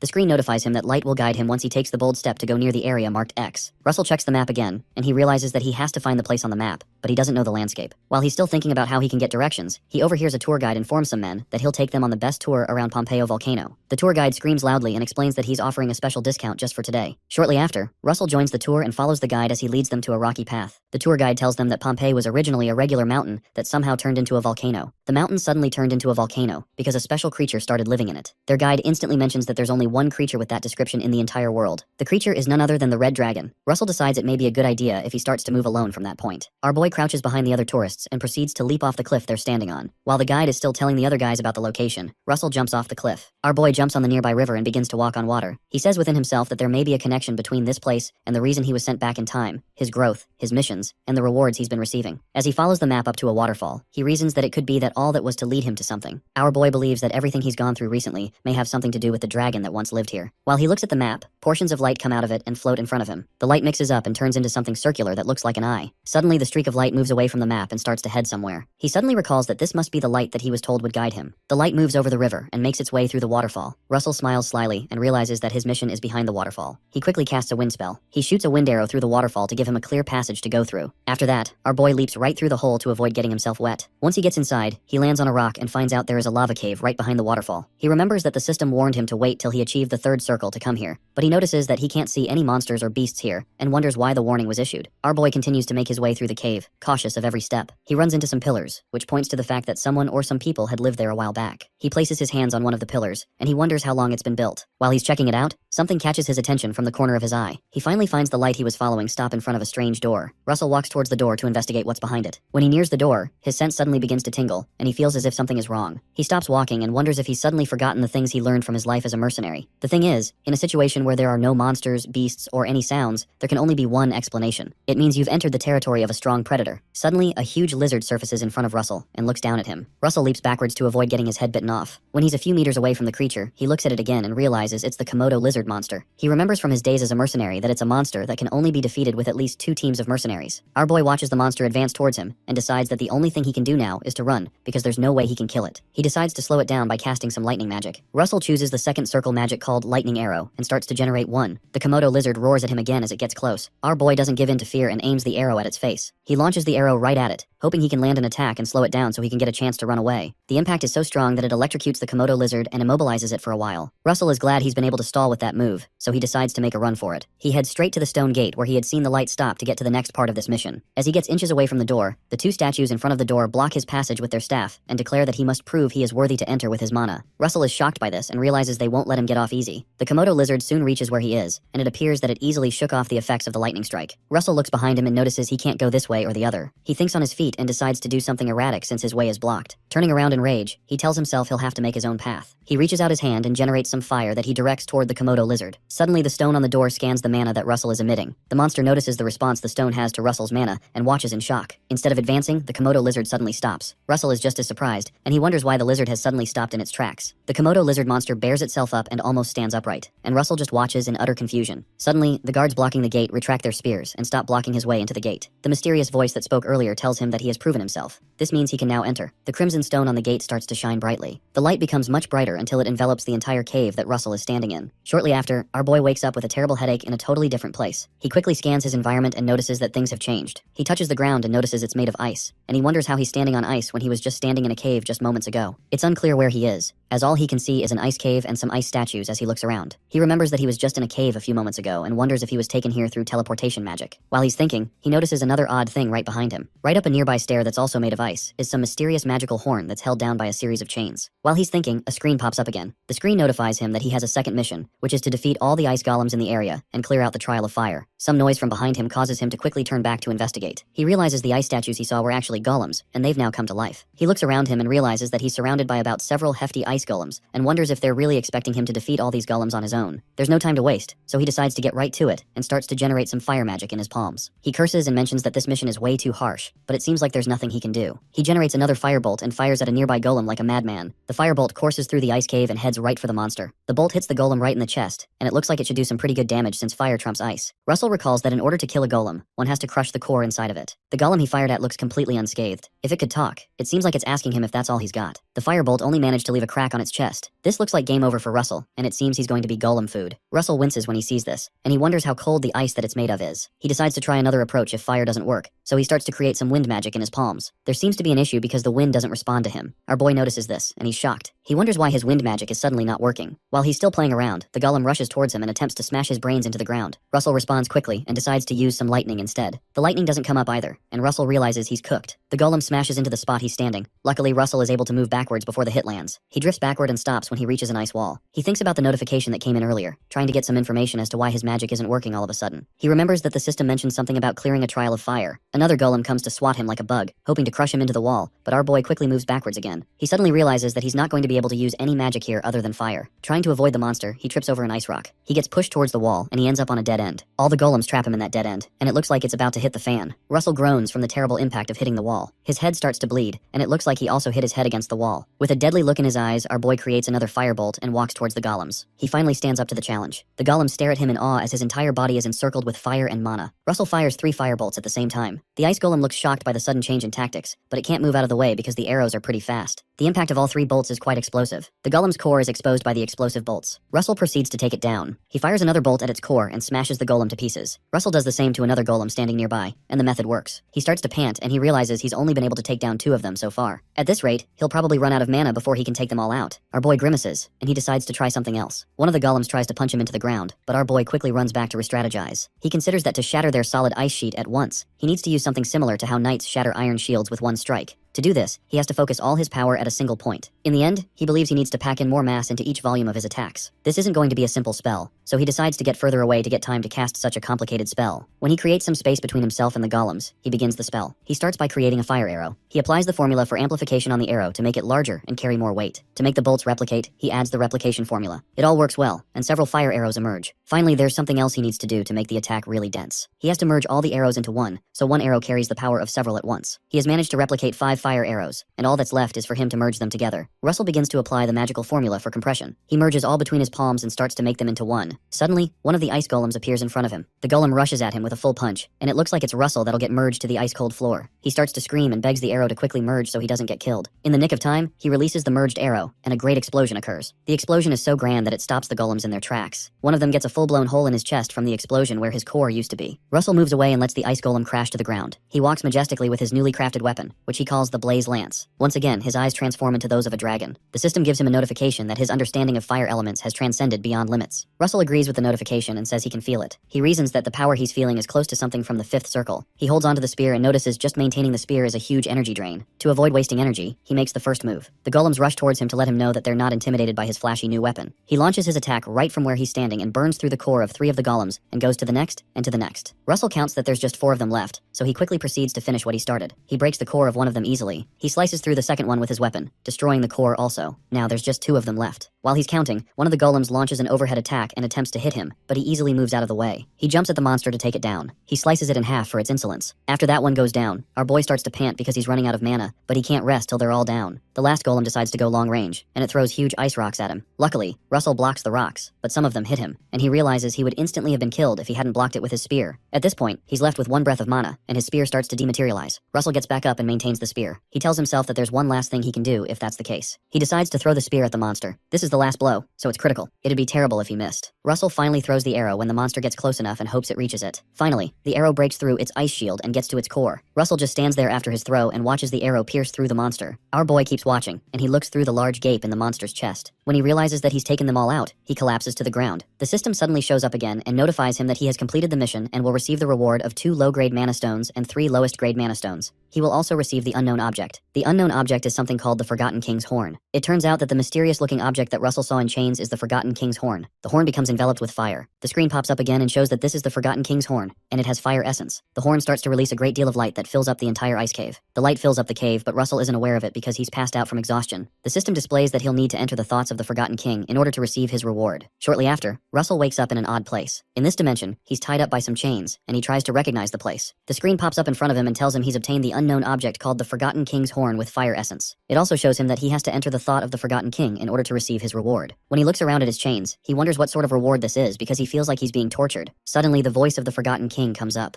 The voice of the Forgotten King continues and tells him that he's going to bestow upon him something called the King's Fragment. The horn appears where he is, covered with fire. The tip of the horn starts to come towards him, and Russell is shocked because it seems he's about to be impaled. Just like he thought, the horn pierces through him. He screams out in pain, and it's clear that the chains were put there to stop him from running away from this. The pointy end of the horn pierces through his flesh and enters into him. The horn releases a great deal of energy into him, and he looks like he's about to explode. He continues to scream at the top of his lungs due to the pain. The voice continues and tells him to use the power to do something, but Russell can't hear him anymore because of what he's going through. His body starts to burn up, and he seems to be overloaded with mana. Behind him, a large dragon that seems to be the Forgotten King appears. Moments later, Russell appears on the shore after the water carries him there. He suddenly wakes up and groans because everywhere seems to hurt. He wonders what's going on and tries to figure out where he is. It seems to him that he's still in Maldiva, because the style of building seems to point to that. He looks confused for a while, and it seems his memory starts to fail him. The system notifies him that he has consumed the Forgotten King's Horn and has reached a limit. He's also told that the mana that was over his limit has been stored. The system also tells him that his intermediate understanding of flame attributes has reached its limit and has become an advanced understanding of flame attributes. Russell closes his palm and tries to activate his mana to confirm what he's been told. His body suddenly releases a great deal of mana, uncomparable to what he's experienced before, which shocks him. Seeing how close he is to the 4th circle, he looks around him and wonders if this mana is really coming from him. Our boy remembers the treatment he got when he was in chains, but he smiles because the rewards are pretty worth it. He suddenly hears the voice of someone from behind him telling him it's nice to see him here. Behind him is the grand Miss Daria Snow White in regular clothing, whom he's shocked to see in Maldiva. She takes him to one of the bars by the beaches and mentions that she had sensed a sudden burst of mana. She says she came to check it out, and that was how she found him. Russell thanks her as he receives the drink she gives him. He smiles and says he didn't expect to see her in this place. Meanwhile, the master scans him with her eyes and realizes he's almost reached the 4th circle in such a short time. She also notices that his mana has become more pure in that time. As they continue their chat, Russell asks the tower master what brings her to Maldiva. She tells him that Maldiva is her hometown, but many people do not know. Russell is surprised to hear that, and he asks again to know if he heard properly. Miss Daria replies with an affirmation and says, that's the reason she comes here every summer. Because she's curious, she also decides to ask him what brings him to Maldiva. Russell hesitates before he answers, and he decides that it may be too early to tell her the truth. He finally finds a good enough excuse and he says that he came to see more of the world. The tower master smiles at him and affirms his statement, but she wonders whether to check the child's abilities. She decides to go ahead, so she asks him if he minds helping her out for a bit, and Russell seems confused by her question. Miss Daria flicks her finger, and suddenly some magic happens. Some fire surrounds Russell's body and clothes him with a black cape. He recognizes the symbol on the cape as the flame tower's symbol and wonders why she gave it to him. The master tells him not to worry and informs him that the task she wants to give him is something he can handle. A screen suddenly pops up and notifies him his new mission is to pass Miss Daria Snow White's test. He is informed that he'll have to help her fight off human trafficking ship pirates at Maldiva Harbor to pass the test. The reward for completing the mission is an intermediate grade mana stone. The master mentions that she's sure that he's already aware that Endymion strictly forbids slavery. She explains that this is why they don't allow human trafficking ships to land at their harbor. Unfortunately, there are still some people who ignore their laws. She informs him that there are some guys trying to land their human trafficking ship near Maldiva, and she'd like like him to help her deal with them. That evening, they both get on a boat and proceed to carry out the mission. Mysteria informs him that she can do the mission on her own. The only issue is that the plan involves rescuing the victims as well as taking the ship. Russell catches on and tells her that means they need to pretend to launch an attack in order to distract the enemies and rescue the victims. The master commends his quick understanding. As they continue the journey, Russell thinks deeply. He considers the fact that 100 mages would come running, even barefoot, if the Flame Tower Master ever asks any of them for help. So if she's specifically asking him for help, it's not because she really needs him, but because she wants to test him. Soon enough, they reach the ship they're looking for. Before she gets off the boat, she tells him that what happens from now on might be too much for him. She explains that he has to deal with it because the path of a guardian is not always smooth and noble. Apparently, this is just another fate of mages. After she's done talking, she steps on the edge of the boat to go to the ship. She levitates to the side of the ship and tells him that she'll attract their attention and make it look like an attack, which will give him enough time to save the people they kidnapped. Russell just watches as the Flame Tower Master flies to the top of the ship, and he seems pretty tense. Miss Daria flies upwards until she gets to a comfortable height above the ship. When she gets to a suitable height, she stops there and says this height should do it. She suddenly begins to activate her mana. The entire place fills up with a bright, blinding light, and she screams out to Russell to go help the people. When the pirates see the bright light, they become afraid that they're being attacked. They head to the deck and start to prepare a giant crossbow to fire at the Flame Tower Master. Several of the men arm themselves with smaller side crossbows, and they prepare to protect the ship. Their leader gives the signal and tells them to fire at the light that's over the ship. Dozens of arrows fly into the sky, aimed at the light over the ship. Miss Daria just smiles from within the light at their pathetic attempts to attack her. One of the soldiers starts to curse when he realizes their arrows didn't reach the master. Miss Daria creates a ball of lava in her hands and releases it towards the ship, causing it to split into several parts. Master Daria says she'd like to see if they're as skilled as they're bold. On the deck, the portions of lava drop onto the ship and start small fires around the ship. The pirates see the fires and are shocked. One of them tries to put it out by stomping on it, but it doesn't work. Eventually, a fiery hand comes out of the fire and grabs the guy's leg. They're not fire after all, but golems made of fire. The guy is extremely shocked as he struggles with the little creature holding onto his leg. All the portions of fire transform into little fiery dwarfs that seem to also be holding weapons made of fire. The men crowd around the golems, unsure of how to deal with them. These golems were specially created by Miss Daria Stone White and are called dwarfs of burning wood. While the men cower in fear, one of them, who's pretty confident, walks towards the golems with his axe. Meanwhile, Russell climbs onto the ship. He manages to jump into the ship while the men are distracted. The confident man tells the others to move, because they're afraid of nothing. Russell watches as the man walks to one of the golems and attempts to deal with it. He watches as the man bears down his axe on the golem that's just watching him innocently. The cocky guy swings his axe and divides the golem in two. Moments late, the goblin starts to mend its body back, and it doesn't look too happy. Russell keeps watching, and he's amazed that he gets to see these creatures in person. The assaulted golem responds and changes its shape and starts to wrap around the man's legs. Soon after, the golem completely changes its shape and constricts around the man, setting him on fire. Russell is shocked by how quickly the golem is able to transform its body. Meanwhile, the other men watch their mate get burned to death in shock and horror. Russell snaps out of it and decides this isn't the best time to be watching such things in amazement. He leaves the spot and makes his way down some stairs to get to the interior of the ship. Below deck, there's a large prison facility that probably houses the captives. The guy that's on guard duty notices the ruckus and wonders what's going on the deck. One of the prisoners blurts out that it seems the Navy has come to get them, and he rejoices that they're saved. Their guard hits their door with his weapon to scare them and stop them from talking. He tells them that it doesn't matter what happens, because none of them will ever escape from their grasp, and the men cower in fear. When they keep quiet, he asks if they heard what he said. Meanwhile, Russell lays a hand on the back of his neck. Our boy decides to knock him out, so he uses some lightning magic. A lightning bolt comes out of nowhere and hits the fat guy. One of the prisoners notices their unconscious guard and comes closer to ask if he has come to save them. He smiles at the man and tells him he has come to save them, but he informs him that it's safer for them to remain indoors until all the pirates are gone. The man falls to his knees and starts to thank God for answering his prayers. Russell looks around and wonders how many people are confined in this small area. While they're waiting, our guy sees something quite disturbing. He sees a little boy crouched in a cell and is shocked that the heartless pirates are even selling kids as slaves. He becomes really angry and calls the pirates trash-like bastards. Moments later, some of the other men come to the prison and they spot Russell. The men quickly notice the unconscious body of their comrade that's lying on the ground. They realize that the ship has been invaded by the enemy, and one of them tells the others to get the bastard that invaded the ship. All three men bring out their swords and move towards Russell. Our boy, who was already angry that they would kidnap a child, tells them he'll be the one apprehending them, and he starts to create a chain out of lightning. He uses a second circle magic called chain lightning and throws the chain towards them. The chain bounces from one person to the next and electrocutes all three men on the spot. They're all electrocuted and become unconscious. One of them threatens that something bad will happen if their captain comes, but Russell doesn't let him finish his statement, and he electrocutes him with more lightning. Our boy continues by checking the other room in the prison facility. He runs into a dark cell and asks what the deal with the cell is. One of the people inside the cell asks him if he's a mage from the flame tower. Russell quickly creates a ball of light in his hands so he can see better into the dark cell. What he sees shocks him because he notices the cell contains several elves. The male elf asks him if he's a mage from the flame tower one more time. Russell realizes he must be asking him that because of the symbol on his cape. He informs the elf that he's not a member of the flame tower yet, but he's met with a rude response as the elf says that whatever he says is fine. The elf stands in front of the gate looking unimpressed and tells him to open the door already. Russell thinks to himself that he's obviously going to open the door, but but he wonders why this guy is annoying, even though elves are known to have huge egos. He takes a good look at the guy and wonders if he should just leave them there. Suddenly, another voice comes from within the cell and tells the first guy to stop. The female elf among them reminds the first guy to mind his manners. The other male elves are startled by her voice, and they call her Ilo. She tries to stand up, so they help her get up. Ilo informs the others that Russell isn't an ordinary human. She walks towards the gate and tells them that he possesses mana that's as pure as the light from a sunset. Apparently, Russell is giving out a scent of spirits, so she smiles at him and tells him. The other elves are shocked by the statement that the mage isn't human. The mouthy one asks Ilo what she meant by that. Russell is equally shocked by her statement, and wonders what she means by the scent of a spirit. The elves are left puzzled, and they wonder how a human can give off the scent of a spirit. Even Russell starts to sniff himself, and he tries to pick up the scent of the spirit that Ilo had mentioned. While he's trying to sniff himself, the mouthy elf calls out to him. The elf requests that Russell save them from there, and he even bows to him. All the elves in the prison follow suit, and the mouthy one begins to beg him. Russell becomes slightly uncomfortable as he watches them. He notices that all the elves, who are usually known for their big egos, were easily changed by one sentence from the female elf. He looks at her and wonders if she's a high elf. Later on, he starts to apply some heat to the lock and tries to break it. While he's on it, Ilo refers to him as a guardian, and asks him if he has defeated the pirates and bosses. Russell wonders what she means by bosses. Meanwhile, in the other room in the prison facility, a man in a knight's armor walks in and finds the guards on the ground. In the hidden room, Ilo tells Russell that the bosses are more powerful adversaries. She says they're more powerful than her warriors, who are very skilled with magic. Meanwhile, the knight notices the trail of bodies and notices the door of the other compartment is open. A sly grin crosses his face as he thinks about all the things he's going to do to the intruder. Meanwhile, on the deck, the pirates keep trying to fight off the fire golems. Their captain watches them fighting while he tries to stabilize the ship.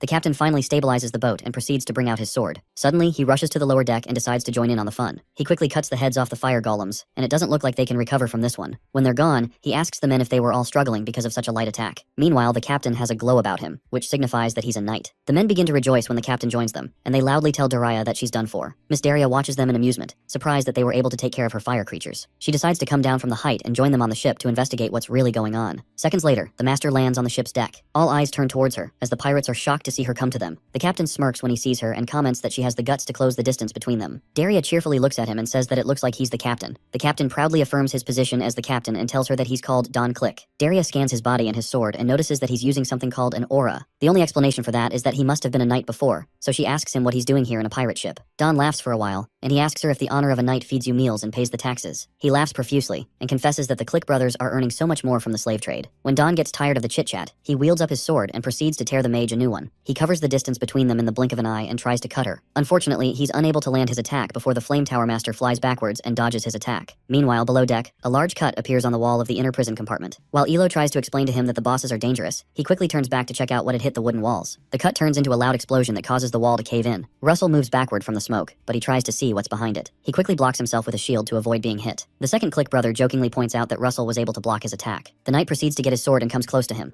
As he gets closer, he notices that Russell must be a mage. Meanwhile, Russell notices he's using an aura, which is only exclusive to knights. The system gives him a new mission and informs him that he's faced with a difficult fight. The mission is to win his first battle against a swordsman. Ilo feels tense due to the presence of the knight, and she warns Russell to be careful. She informs him that the second Click brother is the vice captain of this ship, which means he's pretty dangerous. The vice captain just brings out his odd-looking sword with a large grin on his face. He tells Russell that he may be a mage, but he's still a kid. As the knight moves forward, he asks Russell why he had only knocked the men out. He remarks that he should have killed them when he had the chance to. The vice captain tells Russell that he'll show him how it's done. Russell also activates his own aura using his mana. Our boy thinks to himself that flame magic does a lot of damage in the surrounding area because it's made of wood, so he decides to use lightning magic, especially because the man is wearing iron armor. He uses a lightning bolt and fires several bolts of lightning at the vice captain. The vice captain quickly spots his attack and moves his sword to block it. Before the lightning bolts reach him, the vice captain breaks the wooden floor in front of him and throws up some of the fragments into the air to stop the incoming lightning bolts. He commends Russell's quick thinking because he had realized his sword and suit should be conductive. Suddenly, instead of blocking the streaks of lightning flying around, the vice captain charges into it and tells Russell that there's something that he's missing. Russell notices the lightning flying around isn't affecting his armor and continues to fire lightning bolts. As our boy fires the new set of bolts, the vice captain continues to charge towards him, and he tells him that his attacks won't work on him. As the lightning bolts inch towards the vice captain, he just smiles and blocks them with his iron sword. The bolts hit the sword and dissipates instead of shocking the knight. Russell, who is still in the shield, stares in horror and wonders how the man's sword is not conducting electricity. The vice captain gets close to him and swings the sword towards his shield. The vice captain lands a strong hit on the shield, but it doesn't seem to shatter it. Suddenly, the knight stops hitting and simply removes his sword slowly from the spot he hit. As he removes his sword, Russell notices something astounding. There's a large crack on the spot the man struck with his sword, and it looks like his sword isn't an ordinary one. Suddenly, the part that was struck cracks open. Meanwhile, on the deck, Don Click moves towards the Flame Tower Master quite quickly and attempts to slash her in two. He successfully cuts her in two, but he's shocked to notice that it was just a decoy that later bursts into flames. When he finishes his attack, he sees Daria in front of him, surrounded by flames, and he hisses. He remarks that she's a mage that's really good at fleeing, but Daria doesn't respond to him. When she finally speaks, she asks him if his brother is also a knight. Don Click proudly replies that his brother is also a knight, but he adds that his brother isn't as amazing amazing as he is. While they talk, the fire around Daria becomes another flame dwarf, and Don laughs at it. He asks her if she's using the same trick on him again. The master tells him she's not and adds that it'll be a bit different this time. Don becomes alarmed and wonders what she meant. The flame dwarfs emerge from the floor. They walk towards him with their weapons, and Don wonders what's going on. Daria finally assuages his curiosity and informs him that the more of them he cuts, the more they multiply, unlike the previous ones. Shortly after, Don attacks the flame dwarfs as they advance towards him, and they become almost a dozen. These flame dwarfs are Miss Daria Snow White's own creation, and she called them Dwarfs of Hellfire. She watches him struggle with the dwarfs, and she has a look of deadly satisfaction on her face. Don starts to get tense when he realizes he's outnumbered. Luckily, he's really fast, and he keeps fighting them off. He wonders how his opponent is able to wield such peculiar flame magic, and when he looks at her again, he realizes who she is. He sees the striking resemblance with the famous witch of the Flame Tower, and he realizes she's the one. Meanwhile, there's some bloodshed below Check after Russell's shield is broken. The knight notices that Russell has suddenly vanished from before him, and he wonders where he went to. He quickly looks to his side, and he sees Russell standing there, so he quickly faces him to finish him off. He wonders how Russell was able to dodge his attack when it was in such close range. Our boy just stands there and holds his bleeding chest, trying to stabilize himself. The knight recalls that his sword made contact with Russell's chest, and he could have sworn that he should have been cut into 2 pieces by now. When he looks closer at Russell's body, he notices that he also has an aura around him, and he wonders if he's also covering himself with magic to strengthen his physical abilities. Russell maintains his aura to speed up his physical abilities and to heal himself from the injury. The vice captain thinks to himself that it doesn't matter since his opponent is basically like a rat caught in a trap. Yahello, who has been watching the fight, sympathizes with Russell. Russell keeps panting, and he tries to stabilize himself from losing much more blood than he has. He says within himself that he knows a thing about knights. He remembers that he has met a knight one time in his previous life. This knight that he met was quite ruthless and had slaughtered an innocent mercenary group because one of them simply bumped into his shoulder. One of his last victims was Russell, who was badly wounded, but suddenly another mercenary came to his rescue. A strange man steps in front of him in the nick of time and decides to protect him from the ruthless knight. Apparently, the man who barely managed to stop this knight's madness was a mage. The mage created a shield between himself and the knight, who attacked his shield in rage. The mage was eventually able to subdue the knight. The knight would have won if not that the mage had a secret skill up his sleeves. Russell proceeds to create another shield to protect himself like the mage did. The vice captain rushes towards him again and proceeds to land another attack on his shield to break it like he did the last time. While he does that, Russell recalls the method that the mage used in saving him in his past life, and he replicates it. The vice captain lands another strong attack on the shield in an attempt to crack it. He successfully cracks the shield like he had expected, but something seems to be different this time. Russell reveals that the method the mage from his past used was to use one shield over another. That is the method he decided to replicate, and the vice captain's attack has only cracked the first shield he's using. The vice captain stands back, expecting the shield to crash, but he is surprised to see that Russell is unaffected. Russell catches him off guard and casts a wind spell. He uses the second circle magic wind arrow and lands one right in the knight's chest. The attack is so strong that it throws the man towards the other end of the room. The knight hits his head on the wall and lets out a groan, with some blood sputtering out of his mouth. Meanwhile, Russell staggers a bit, and he looks like he's yet to recover from the gash in his chest. His body seems to have healed, but he's still in pain, and he wonders if he has lost too much blood. He quickly breaks off the lock that he heated up so he can let out the elves. When the elves come out, they thank him for rescuing them. Our boy asks them to follow him out of the compartment so they leave the ship. Suddenly, the vice captain of the ship calls him a little brat. He gets back on his feet, and it seems the effect of the hit didn't last too long. The vice captain looks pretty angry, and he tells Russell he should have gone for his head when he had the chance. Russell wonders how he's able to survive when he replicated the attack that the mage that saved him did. None of that matters anymore, so he quickly tells Yahello to get the other captives and go upstairs where they'll be safe. The vice captain laughs at their planning and rhetorically asks Russell how he has time to rescue the slaves. He moves from where he's standing to land an attack at the speed of light. In a split second, he's already on Russell, but our boy quickly activates the shield. As usual, the blow from the sword cracks the first shield but doesn't crack the second one. The knight tells him that he won't give Russell any chance to counterattack him this time like he did the last time. He starts to attack the shields rapidly, breaking every generated shield in a matter of seconds. Russell has no choice but to keep creating shield after shield, and the vice captain keeps smashing every shield he creates. Russell decides to keep stalling until the elves are able to get the humans and leave. While they continue to fight, the elves manage to retrieve the key to the prison. Russell endures the assault for a while and waits till they can set the men and the kid free. When Yahello shouts out that they've taken everyone out and they're safe, he takes that as the signal to act on his plan. The vice captain continues to slash as the shields like a maniac. When he hears Yahello inform him that they're free, he announces to our guy that nothing will change because he will still get them. Russell suddenly changes his voice to the voice of the dragon, and he tells him that this changes everything. The thing is that he's been unable to do what he wanted to do because the room was filled with captives. Suddenly the entire room fills up with fire and they're both surrounded. The vice captain is shocked by how quickly the atmosphere has changed. Russell tells him that the captives leaving changes everything because he's now going to crush him. Every inch of the room seems to be set ablaze. The vice captain looks into Russell's eyes and notices they're now reptilian, which freaks him out. He quickly retreats and repositions his swords. The vice captain gives an uncomfortable laugh, and he wonders if Russell has changed his mind and he's finally ready to kill. He decides to act first before Russell can act. He moves quickly as usual and tells Russell he's going to pierce through him and the shield at once. As he moves closer, a bright light suddenly shows up, which causes the vice captain to slow down. Russell has taken down the shield, and he's now holding one of his own magical inventions, which he used to destroy the ice golems, his special blaze lance. The knight still continues advancing forward to impale Russell with the sword. He wonders if what he's holding is a usual fire spear. When he perceives the aura, he realizes it's not just a fire spear, and he notices that this weapon is at least several levels above an average spear made with fire. He continues his frontal assault and falls head-on into Russell's trap. When the vice captain gets close, Russell strikes him with the blaze lance, and everything blurs out. Meanwhile, above deck, Don Click continues to battle with the dwarfs of Hellfire. He soon begins to curse when he becomes overwhelmed. He realizes that the more of them he kills, the more they keep increasing, but he also knows that he can't stop killing them. Don wonders where his dumbass brother is and why he's not come to join him. The fire dwarfs keep attacking and multiplying. Don has no choice but to keep fighting back. He tells him that he needs to hold on just a bit until he can strike. Suddenly, a bright light starts to come out of the ground through the floorboards. Don looks at the ground, and he's shocked to see the light coming from the cabin underneath. He stops feeding when the light becomes brighter and appears to be tearing through the wood under his feet. Seconds later, a great burst of energy emanates from that hole and almost tears the ship in half. The impact of the energy wave knocks Don off his feet. He falls to the ground and slowly becomes unconscious. The Flame Tower Master watches the entire thing and wonders what's going on. While she's still looking, she hears a noise from behind her. Miss Daria sees the abducted people coming out. Below deck, Russell lays on the ground in the middle of the rubble. He looks unconscious and doesn't open his eyes. The screen pops up and displays a notification that shows that Russell has cleared his mission, and he'll now be receiving rewards of intermediate mana stones. When the other men notice that their captain is down, they get on some guard ships to fight back and take over the situation. Miss Daria notices the plans and laughs as she reaches for her staff. She summons all the fire dwarfs with her staff, and they float off the ground and become round. To destroy the pirates in the ships, she throws the golems into their guard ships. The Hellfire dwarfs land on the smaller ships nearby and take them all out. Meanwhile, below deck, someone comes near Russell and starts to heal him. After a short while, Russell becomes conscious, and he asks her what happened. As he tries to get up, Elo tells him not to move. She continues the healing process and adds that her mana is not completely back yet, so her healing isn't as quick as it used to be. When the master notices that Russell has revived, she tells him he did a good job by defeating 2 knights on his own, but Russell doesn't know what she's talking about. Nearby, Don and his brother are tied to a pillar for their terrible behavior. Suddenly, Ilo chimes in and tells Russell that she owes him so much. She informs him that she can't repay him immediately, but she'll find a way. She introduces herself as Ilo, Lady of the White Ash Tree Tribe, and swears on the honors of her founding fathers that she'll find a way to repay him someday. Russell introduces himself by name and courteously mentions that he just did what he was supposed to do as a guardian. Nearby, the 2 male elves quickly return to the Flame Tower Master, and they report that they've checked on the conditions of the prisoners, which Daria commends. Miss Daria is impressed by their commitment, and she commends Ilo for training such kind subordinates. Russell stares at them in amazement, and he notices the elves seem to be much nicer. He asks Lady Ilo what she meant by what she said when they were in the cabin. Lady Ilo just looks at him and struggles to remember what he's talking about. She asks him if he's talking about what she said about detecting the scent of a spirit on him, and their conversation catches Miss Daria's attention. Russell affirms that this is exactly what he was referring to. The lady answers his question by asking him if perhaps his blood is mixed with a dragon's blood. The precision of the question shocks Russell. She goes ahead to tell him that she also has the blood of the green dragon running through her veins. She explains that for her, the dragon blood she has is more like a drop of water in a lake, so it's not something major. She only adds that even with the small amount she has, she's learned that dragon blood can also attract spirits. Miss Ilo holds our boy's hands and tells him that she can smell a thick scent of spirits from him, and that's why she asked. Miss Daria Stone overhears the conversation, and she wonders if the mixed dragon blood is why Russell grows stronger at such an incredible pace. She thinks to herself that Russell might end up being a being who will shake up the kingdom of Endymion, and even the entire world. Shortly after, some of the good knights come to help the captives out of the ship. When it's time to leave, Miss Daria Stone tells Lady Ilo that she assumes that she is going to be staying in hiding until she is able to regain her mana. Lady Ilo boldly affirms that this is what she plans to do. The master informs her that her mansion is not far from here, and informs them that they're welcome to stay there with them. She also adds that she believes that Lady Ilo can be of help with Russell's training. Russell just looks completely lost, as he wonders what training the Flame Tower Master is talking about. Ilo sees this as an opportunity to repay her debt to Russell. She slightly blushes and declares that she'll be glad to join them. Miss Daria asks Russell why he's overreacting, and jokingly asks him if he doesn't want her to train him. Our boy quickly tells her that this isn't the case, and he says he'd love to. The master shows them the way and notifies them the carriages will be here soon, which they thank her for. While they walk to where they'd board the carriages, Russell asks the Flame Tower Master if it'll be okay if he undergoes her training when the semester at the academy is beginning soon. Miss Daria simply assures him that Professor Hubert will take care of it. Shortly after, they all get to the carriages. Shortly after, the coach riders stop the coaches, and it seems they've reached their destination. Miss Daria tells the others that they've arrived, and before them is a magnificent-looking mansion. The Flame Tower Master realizes they may feel overwhelmed, so she tells them not to feel pressured and stay comfortable as they go inside. As they move through the garden, everyone keeps looking around the beautiful mansion. Elo commends Miss Daria's house and says it's a very beautiful place. She thanks Miss Daria for her goodwill towards her and her men. While they're moving in, Russell glances behind him, and he notices something pretty familiar. He stops moving and looks around for a while. Something apart from the mansion's beauty draws him to the scenery, but he can't place his finger on it. Suddenly he recalls that he came here with his parents years ago. Russell approaches Miss Daria and mentions that he'd like to ask her a question. She stops and turns to listen to his question, so he asks to confirm if the villa wasn't originally hers. Miss Daria becomes uncomfortable and tells him that people will think she stole it if they hear him, so Russell embarrassingly apologizes. She affirms his suspicions and informs him that he's right, because she acquired the villa from some merchant association years ago. Russell realizes that this villa is one of the places that his family owned before his father was killed, and his family fell apart. Russell recalls that after his family's downfall, he heard that the villa was sold at a low price. He wonders how odd it is to return here in this manner. 1 week later, Elo wakes up and enters the living room. The Flame Tower Master scans her aura and mentions that she's relieved to see that Elo has regained much of her mana. Elo tells her that it's all thanks to her kindness and help. Miss Daria asks about the matter they had previously discussed regarding helping with Russell's training. Elo cheerfully replies that she's ready as ready can be. Suddenly, Ilo stops talking and asks where Russell is. Miss Daria laughs and informs her that she sent Russell to do something. Meanwhile, Russell falls off a cliff and screams at the top of his voice. Luckily for him, there's a stream of of water beneath, so he falls into the water. He quickly swims back to the top and gasps for air. He looks back at where he was standing and is worried to realize he failed at the exercise again. He recalls the assignment that Miss Daraya had given him a few hours ago. She asked him what the greatest thing he needed during his previous fight was. Russell thinks back to how he had to continuously use a shield to survive that fight, so he mentions that the thing he needed the most was distance. The master affirms that and tells him that in combat, distance is the most important thing for mages. She smiles at him and asks him to watch carefully as she does something. Miss Daria takes one step off the cliff, but some fire envelops the leg that she placed on the void. Shortly after, her entire body is enveloped with fire, and the master is nowhere to be seen. She suddenly appears on the other end of another cliff, still covered in fire, and crosses over to the other side. As Russell watches, he realizes that she just used space distortion magic. This particular method is called blink. After she crosses the void between the cliffs, Miss Daria tells him that from this point on out, he'd have to try to cross the cliff with blink. She informs him that he's going to need it in the future. Suddenly, the screen pops up and tells him his new mission is to learn blink. It reveals that the rewards are intermediate grade mana stones. Russell finally makes his way out of the water and crawls to the shore. As he climbs back up to reach the tip of the cliff, he thinks about the method called blink, and he reasons that the ability to use this method isn't based on whether you're on a lower or higher circle. When he reaches the tip, he reasons that it's a magic that can only be learned by comprehending its logic. Our boy gets up again and tries to attempt it one more time. Russell takes another step of faith. He falls to the ground again and exclaims as he falls towards the water. Hours later, Russell manages to climb back up on the rock, and he wonders if this blink thing is really just practice or is a ploy to get him to work on his stamina. After he reaches the top, he decides to focus harder this time. Suddenly, as Russell takes another step, a field of fire appears under his leg. As he prepares to take the new step, his second leg is also enveloped by fire. As he proceeds off the cliff, he hears a startling noise from behind him telling him to act now. He falls once more. Then he looks behind him and realizes that the person who interrupted him is Daria. Daria watches him fall and gives an uncomfortable smile, while our boy screams as he falls to the ground. That night, Miss Daria takes Russell and Ilo to a private place in a rocky area before a fireplace.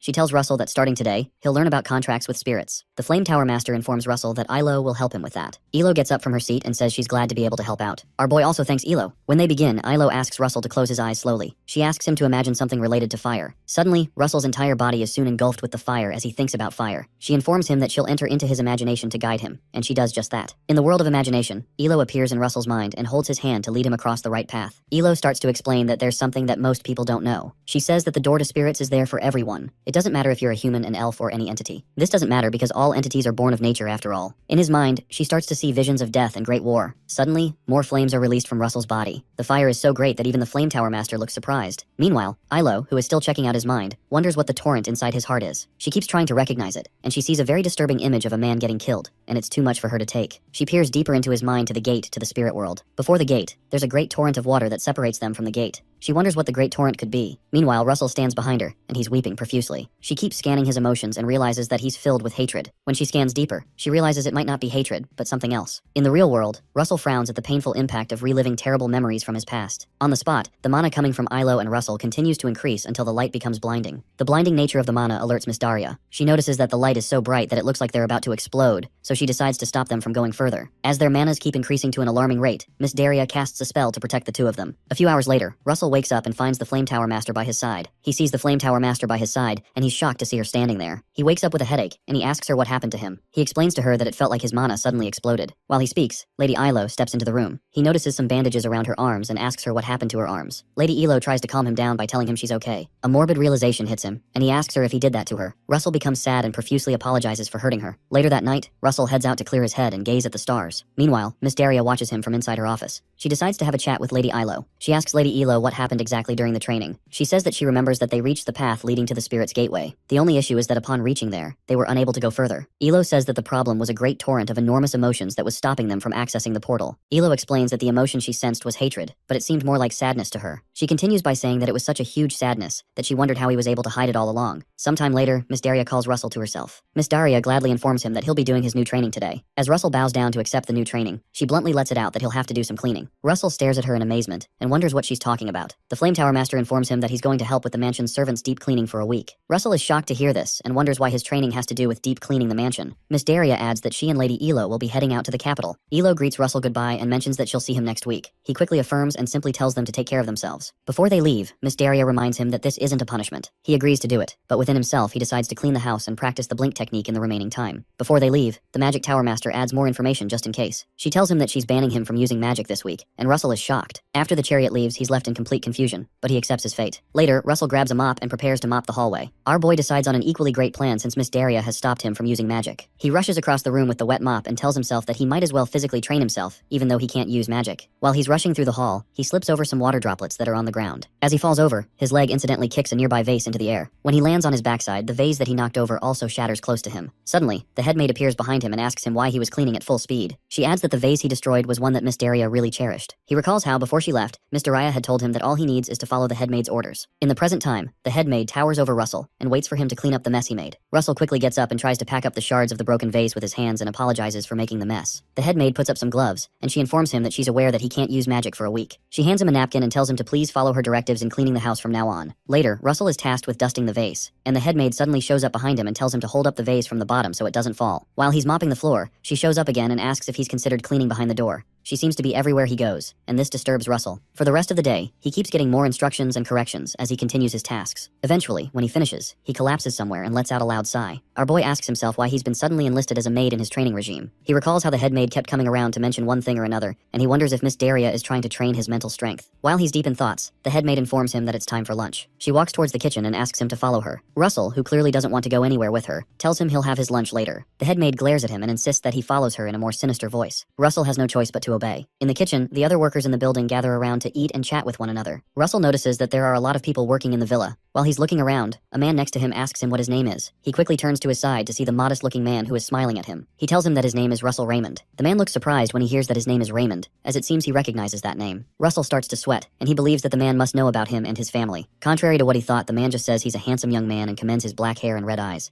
Someone call the cops. Another maid at the table overhears the man and notices Russell's red eyes, which she considers to be cool. Another worker that's standing behind our boy's table mentions that he seems pretty fit and asks him if he can touch his biceps. When he touches Russell, he almost screams out in shock, and it seems he's about to be molested. The guy smacks the back of his head and tells him that he's joking, and everyone laughs at Russell. Russell hesitantly laughs with them, but inside of him he weeps that he'd have to endure this for 1 week. He tells himself that it's most likely training, because there seems to be no other sane explanation for all this. Sometime later, Russell and the other workers go cut wood and carry them to the villa. He reasons to himself that he would have been able to finish this quickly if he could use his wizard aura, but he can't. They carry the wood past a small bridge and go back and forth. After they're done transporting and cutting the wood, the workers all sit down by the lake to celebrate a job well done. They all toast to a job well done. Russell doesn't hesitate and begins to chug the beer like an expert, which alarms the worker sitting near him. The guy smacks Russell in the back, and the shock causes him to spill out the beer in his mouth. Our boy asks the man why he suddenly hit him. The guy tells him that he's still a student and he'll lose his muscles if he drinks. Russell recalls that he's in a young person's body, and he had confused the present time with his wine-bibbing days as a mercenary. One of the elderly workers mentions that it's okay. The man pours some more beer for Russell and tells him he's supposed to learn how to drink from an adult. As the man sits down, he says that it would be a sin not to drink considering the beautiful scenery in front of them. All the people at the table look in front of them, and they see the beautiful sight of the rays of sunlight. While they watch, someone nearby says there's another sin that they would be committing. They all quickly turn back to know who's talking and why the person said that. It turns out to be the headmaid who tells them that it would be a sin if they continued drinking without having snacks. She brings a basket of snacks and shares it among the workers. They all enjoy the snacks and cheer to a new family member, referring to Russell. Everyone laughs, including Russell, and there seems to be true joy in their midst. The headmaid notices that Russell is happy staying with the workers, so she watches him closely. She notices him laughing with the other worker who told him not to drink, and they truly seem to be a real family. Over the next few days, the headmaid supervises Russell as he cleans the roof. At night, they also gather to eat again, and everyone chats and laughs as usual. On the last day before Miss Daria returns, Russell sits down at the fountain and realizes that tomorrow would mark 1 week since Miss Daria and Lady Yahello had left. He feels slightly dissatisfied and wonders why. Suddenly, the headmaid interrupts his thinking and points out that he likes staying by the fountain. He's shocked to see her, so he quickly gets up to greet her. She adjusts her glasses and asks him how many times he plans to greet her in 1 day, and Russell laughs at her statement and says he did it without thinking. She asks him if there's a reason he always comes to this spot, and he hesitates before he answers her question. Finally, he tells her that he can remember certain people when he comes here. The headmaid mentions that she heard mages can teleport, and asks why he doesn't just go meet these people he's thinking about. He mentions that teleportation magic is difficult, but even if he could do it now, the people he's thinking about are at a place where he can't meet them. She sarcastically tells him that she thought mages wouldn't have any worries, and Russell jokes that her comment is absurd. As she walks away, she reminds him that tomorrow is his last cleaning day, and asks him to do his best till the end. Russell quickly affirms her instructions, and tells her that he will. Before she leaves, she mentions that she doesn't know magic that well, but she thinks he's a good person. This time she doesn't call him Mr. Russell as usual, but just calls him by his name. Russell is touched by her statement, and just stares at her in silence. She finally jokes that even if he doesn't become a good mage, she wants to use him as a good servant. Our boy playfully replies that he'll think about it. The next morning, Russell goes outside to welcome Miss Daria and Lady Yahello. The women ask him if he's been well, which he affirms. Miss Daria calls Russell to the side and tells him to come with her. As they walk through the garden, she mentions that she realizes that he's gone through a lot this week, and he remarks that it's not like that at all. She adds that it took quite a bit of time to search for the medicine that will restore Elo's lost mana after the incident where they tried to reach his spirit gate. She also mentions that she checked the archives and she found something interesting. Miss Daria mentions that she found out that the villa belonged to the Raymond family in the past. Russell looks down morosely and doesn't say anything. The Flame Tower Master informs him that Elo had told her that there was a big torrent of water in his heart, and that's why they couldn't reach the door to the spirits. She asks if he feels angry, and if not, if he feels sad. Russell still continues looking at the ground, and he tells her he feels all of that at the same time. Miss Daria tells him that all this reminds her of the first time she saw him in the library. She saw him studying voraciously to develop his magic. She realizes that he was fighting alone now that she thinks about it. She mentions that after giving it much thought, she believes he is a lonely patriarch who is trying to rebuild his family. Miss Daria decides to make him a proposition, so she asks him to take the property. Russell almost loses his mind and asks her what she means. She finally calms his nerves and tells him she's not giving it to him for free. She suggests that he become the Flame Tower's war mage and become the protector of the country. If he does that, he can earn a lot of money from it and buy this property off her hands. Russell breathes a sigh of relief when she explains what she meant. She smiles and asks him if he understands. She cheerfully adds that he doesn't need to struggle alone. That night, Miss Daria, Lady Ilo, and Russell go into the woods again for their training. Lady Ilo informs Russell that the last time, she didn't wake up his consciousness while they approached the door of spirits. She informs him that she guided him with her unconsciousness mana, but this time they'll head to the door together. Russell doesn't look so happy to do this again, and he asks her what will happen if she gets hurt again. Elo cheers him up by mentioning that they brought a lot of medicine, but Russell tells her he'd prefer not to hurt her at all. Elo just asks him to close his eyes and think of a fire like he did the last time. She tells him she'll wake up his imagination so he's conscious when they get there. Suddenly they reach Russell's subconscious, and our boy is able to see and identify Ilo this time. He looks at his hands and checks out what his pure mana form looks like for the first time. She leads him forward and says the journey will be smooth like the last time until they reach the torrent. As they walk further, they both stop at the edge of the cliff, and Elo informs him that the torrent is still there. She tells him that it's still hard for them to reach the origin and get to the door of spirits. Russell moves towards the torrent, but Ilo warns him not to get close. As he gets close, he feels a strong rebuttal that pushes him backward, and he screams in pain. Lady Ilo tells him that it's dangerous enough to see and perceive this torrent, and it's worse to try to step into it. The impact of walking towards the torrent allows Russell to perceive what it's made of, and he starts to see thoughts about him successfully graduating the academy, selecting a tower to join, rebuilding his family, and revenging the death of his father. The weight of the thoughts shocks him, and he learns that they're things dear to his heart. He becomes sad and apologizes because these thoughts aren't something he can get rid of. Suddenly, they hear a voice asking someone how it was to stay with Russell. Russell looks up and detects that it's the voice of the Flame Tower Master, Miss Daria. In the real world, the head maid reports to Miss Daria that Russell was a good person. Meanwhile, in his subconscious world, Russell hears the head maid's voice and figures out that she and the Flame Tower Master must be having a conversation. Miss Daria asks the head maid if she didn't leave his side like she asked her to, and the head maid affirms that. Russell continues to listen to the conversation, and he figures out the point of the week-long training. He recalls Professor Hubert, who has always had his best interest at heart. He recalls his celebration with the workers, where they had cheered for a new family member, referring to him. Another experience that touched him was the head maid's last words to him when she told him that he's a good person. Lastly, he recalls Miss Daria, who told him not to struggle alone since he has people with him. Russell pieces together the whole thing, and realizes there's a lesson to be learned from it, which makes tears roll down his eyes. There seems to be only one thing he can do, even though he realizes that he can't get rid of the torrent. He gets up from his dejected state and says he can jump over the torrent. Russell recalls the training that Miss Daria gave him by the cliff. As he moves towards the edge of the cliff, Lady Elo tries to stop him because it's dangerous for him to go closer. The pain from the torrent's impact continues to grow, but he continues to walk towards it and tells himself that it's okay. He tells himself that it's okay if he falls because he's not alone. As he takes his first step off the cliff, some fire appears under his foot. Elo watches in horror from behind and hopes that he survives it. Russell suddenly activates the blink method, and he disappears from the spot and leaves a trail of fire. After Russell uses the blink method, Lady Ilo doesn't see him again, so she looks at the other side to know if he has successfully crossed the cliff. Luckily, Russell appears on the other side in a pool of fire. Lady Ilo tells him that he has really done it, and Russell looks back at her and just smiles, unable to hear her. Behind him, the torrent continues to rage. The lesson here is never to face your fears or deep problems, but to just jump over them. Suddenly, a notification screen appears and notifies him that he has cleared the mission and has received an intermediate grade mana stone as a reward. Russell stands in front of the door, happy that he's been able to cross over, but it seems he doesn't know what to do next. Out of nowhere, he hears Elo's voice in his mind, and she tells him to go to the door of the light in front of him. Her voice surprises him, and he wonders how he's able to hear her. Lady Elo informs him that they can still communicate with each other because their manas are still connected. Another screen pops up and shows Russell that his new mission is to contract with a spirit. He's told to summon a spirit according to the Ilo's explanation and form a contract with the spirit. Lady Elo asks him to put his hand into the door, and he does that. After he puts his hands in, he asks her what happens now because he doesn't feel anything. She tells him that it's now up to the spirits to decide. She adds that no one knows what will happen, so Russell continues to hold out his hand into the door and wait for something to happen. Elo says that no one knows what kind of spirit will come. It's also possible that he might not get chosen, so Lady Elo reminds him to hold out his hand and just wait. Meanwhile, in the real world, Miss Daria watches Russell while he's in the trance. Lady Ilo tells Russell that all they can do is wait. Russell remembers the spirit of the dragon he met, and he tries to communicate with the spirit by speaking in his heart. He says to the spirit that it's okay if it doesn't come if it's too hard to do so. Yahello. He adds that he won't be upset because of that. Suddenly, a large red dragon appears around him on a magic circle. When Russell notices the dragon, he communicates the fact that he's thankful for all that has happened leading up to this moment. The dragon moves closer and touches his hands, and they sign a contract. Suddenly, they're all pulled out of the world, and Russell jolts back to reality. He opens his eyes and wonders what happened. When he fully opens his eyes, he's surprised to see a miniature red dragon on his laps. The little dragon growls in a cute way, and our boy wonders if this is how spirits look. Lady Elo and Miss Daria laugh nearby. Elo congratulates him, and Miss Daria informs him that there's something else to also celebrate. Russell wonders what she's talking about and figures it out when he looks at his chest. Once he looks at his chest, he suddenly realizes that he's reached the 4th circle. Meanwhile, the cute red dragon continues to roar. Suddenly, another screen pops up and notifies our boy that he has awakened new knowledge with the spirit summoning and has reached the 4th circle. He's told he will receive unknown extra rewards. Russell reads the text and wonders what the extra rewards could be. While he's thinking, the little red dragon roars again, trying to catch his attention, and flies upwards. The dragon jumps on his head and cuddles into his hair. The little dragon starts to bite his hair and continues to roar. Elo comes to play with the dragon, and she mentions that she doesn't think it's a normal spirit. She asks him if he'll give him a fitting name. She tells him that naming him would complete the contract. Miss Daria affirms her words and tells Russell to give him a good name. Russell stares at the little dragon and tries to figure out a name. He mentions that it's red. Because it's red, he suggests to name him Bacon, and the ladies open their mouths in shock. Russell realizes his dark humor and laughs. Our boy thinks again and asks what they think about the name Pepper. The little dragon makes a cute roaring noise, and it seems he likes it. Elo fawns over Pepper and says it's a cute name, and Miss Daria says it's not bad. Russell thinks to himself that Pepper would be short for pepperoni, but he doesn't tell them that. Miss Daria suggests that they go celebrate, and they can start the real special training tomorrow. Russell continues to play with Pepper, and he says he's looking forward to the training. He continues to play with Pepper, who continues to test his vocal cords with an adorable growl, and Russell tells Pepper it's nice to meet him. A month later, we return back to the academy. In front of the gate, all the professors line up to receive some important guests on the day where the towers finally choose students. One of the professors says he wonders how many graduates will be chosen this year. Another teacher close by mentions that it's basically already decided. While they talk, an announcement is made that the kingdom's White Tower's judge has arrived. The judge arrives with one of the students, and the teacher that was talking mentions that each tower had picked out individuals to train all semester. Shortly after, the kingdom's Yellow Tower's judge arrives with the candidate they had been training all semester. Moments later, the kingdom's Spear Tower's judge arrives with a female student they've been training. The professors continue to gossip, and one other professor mentions that they need to do something more for these special students that have been shortlisted, and they all agree. When they notice Hubert frowning at them, they quickly change their discussion and say they need to do something special for everyone in the school, and not a few. Hubert glares at them, and he asks how they can call these children their students if they only prefer a few talented students. While they talk, another announcement is made that the kingdom's Flame Tower's judge has arrived. The students standing nearby are scared because the Flame Tower is one of the most prominent towers in the kingdom. Unlike what they all expected, a different person named Vermilion Olsen steps out of the Flame Tower's coach. Professor Hubert looks at Vermilion and wonders why he's here. Vermilion looks pretty tough, and he looks around to look for Russell. When he doesn't find him, he mentions that it seems that he's not here yet. Professor Hubert becomes worried that it would seem that Miss Daria doesn't plan to choose Russell because she sent Vermilion as the judge. Meanwhile, someone teleports across the sky using fire magic. It turns out to be Russell, who is rushing to get to the ceremony early. Vermilion notices the strange presence and looks upwards to know who it is. Russell eventually lands nearby and lets out a sigh of relief. He realizes he was almost late but is glad that he made it in the nick of time. Russell's gaze meets with Vermilion, and he's shocked to see him here. Vermilion just stares at him absently, as if he doesn't know him. Vermilion turns around and walks towards the academy and goes past the line of teachers. He smirks in an evil manner and tells himself that it's going to be fun to enjoy breaking Russell. In a flashback to when Russell decided to leave Maldiva for the academy, he thanks Miss Daria, Lady Ilo, and the head maid for all they've done for him. He wishes Lady Ilo safe travels as she heads back to her hometown, and she thanks him for his goodwill. Before he leaves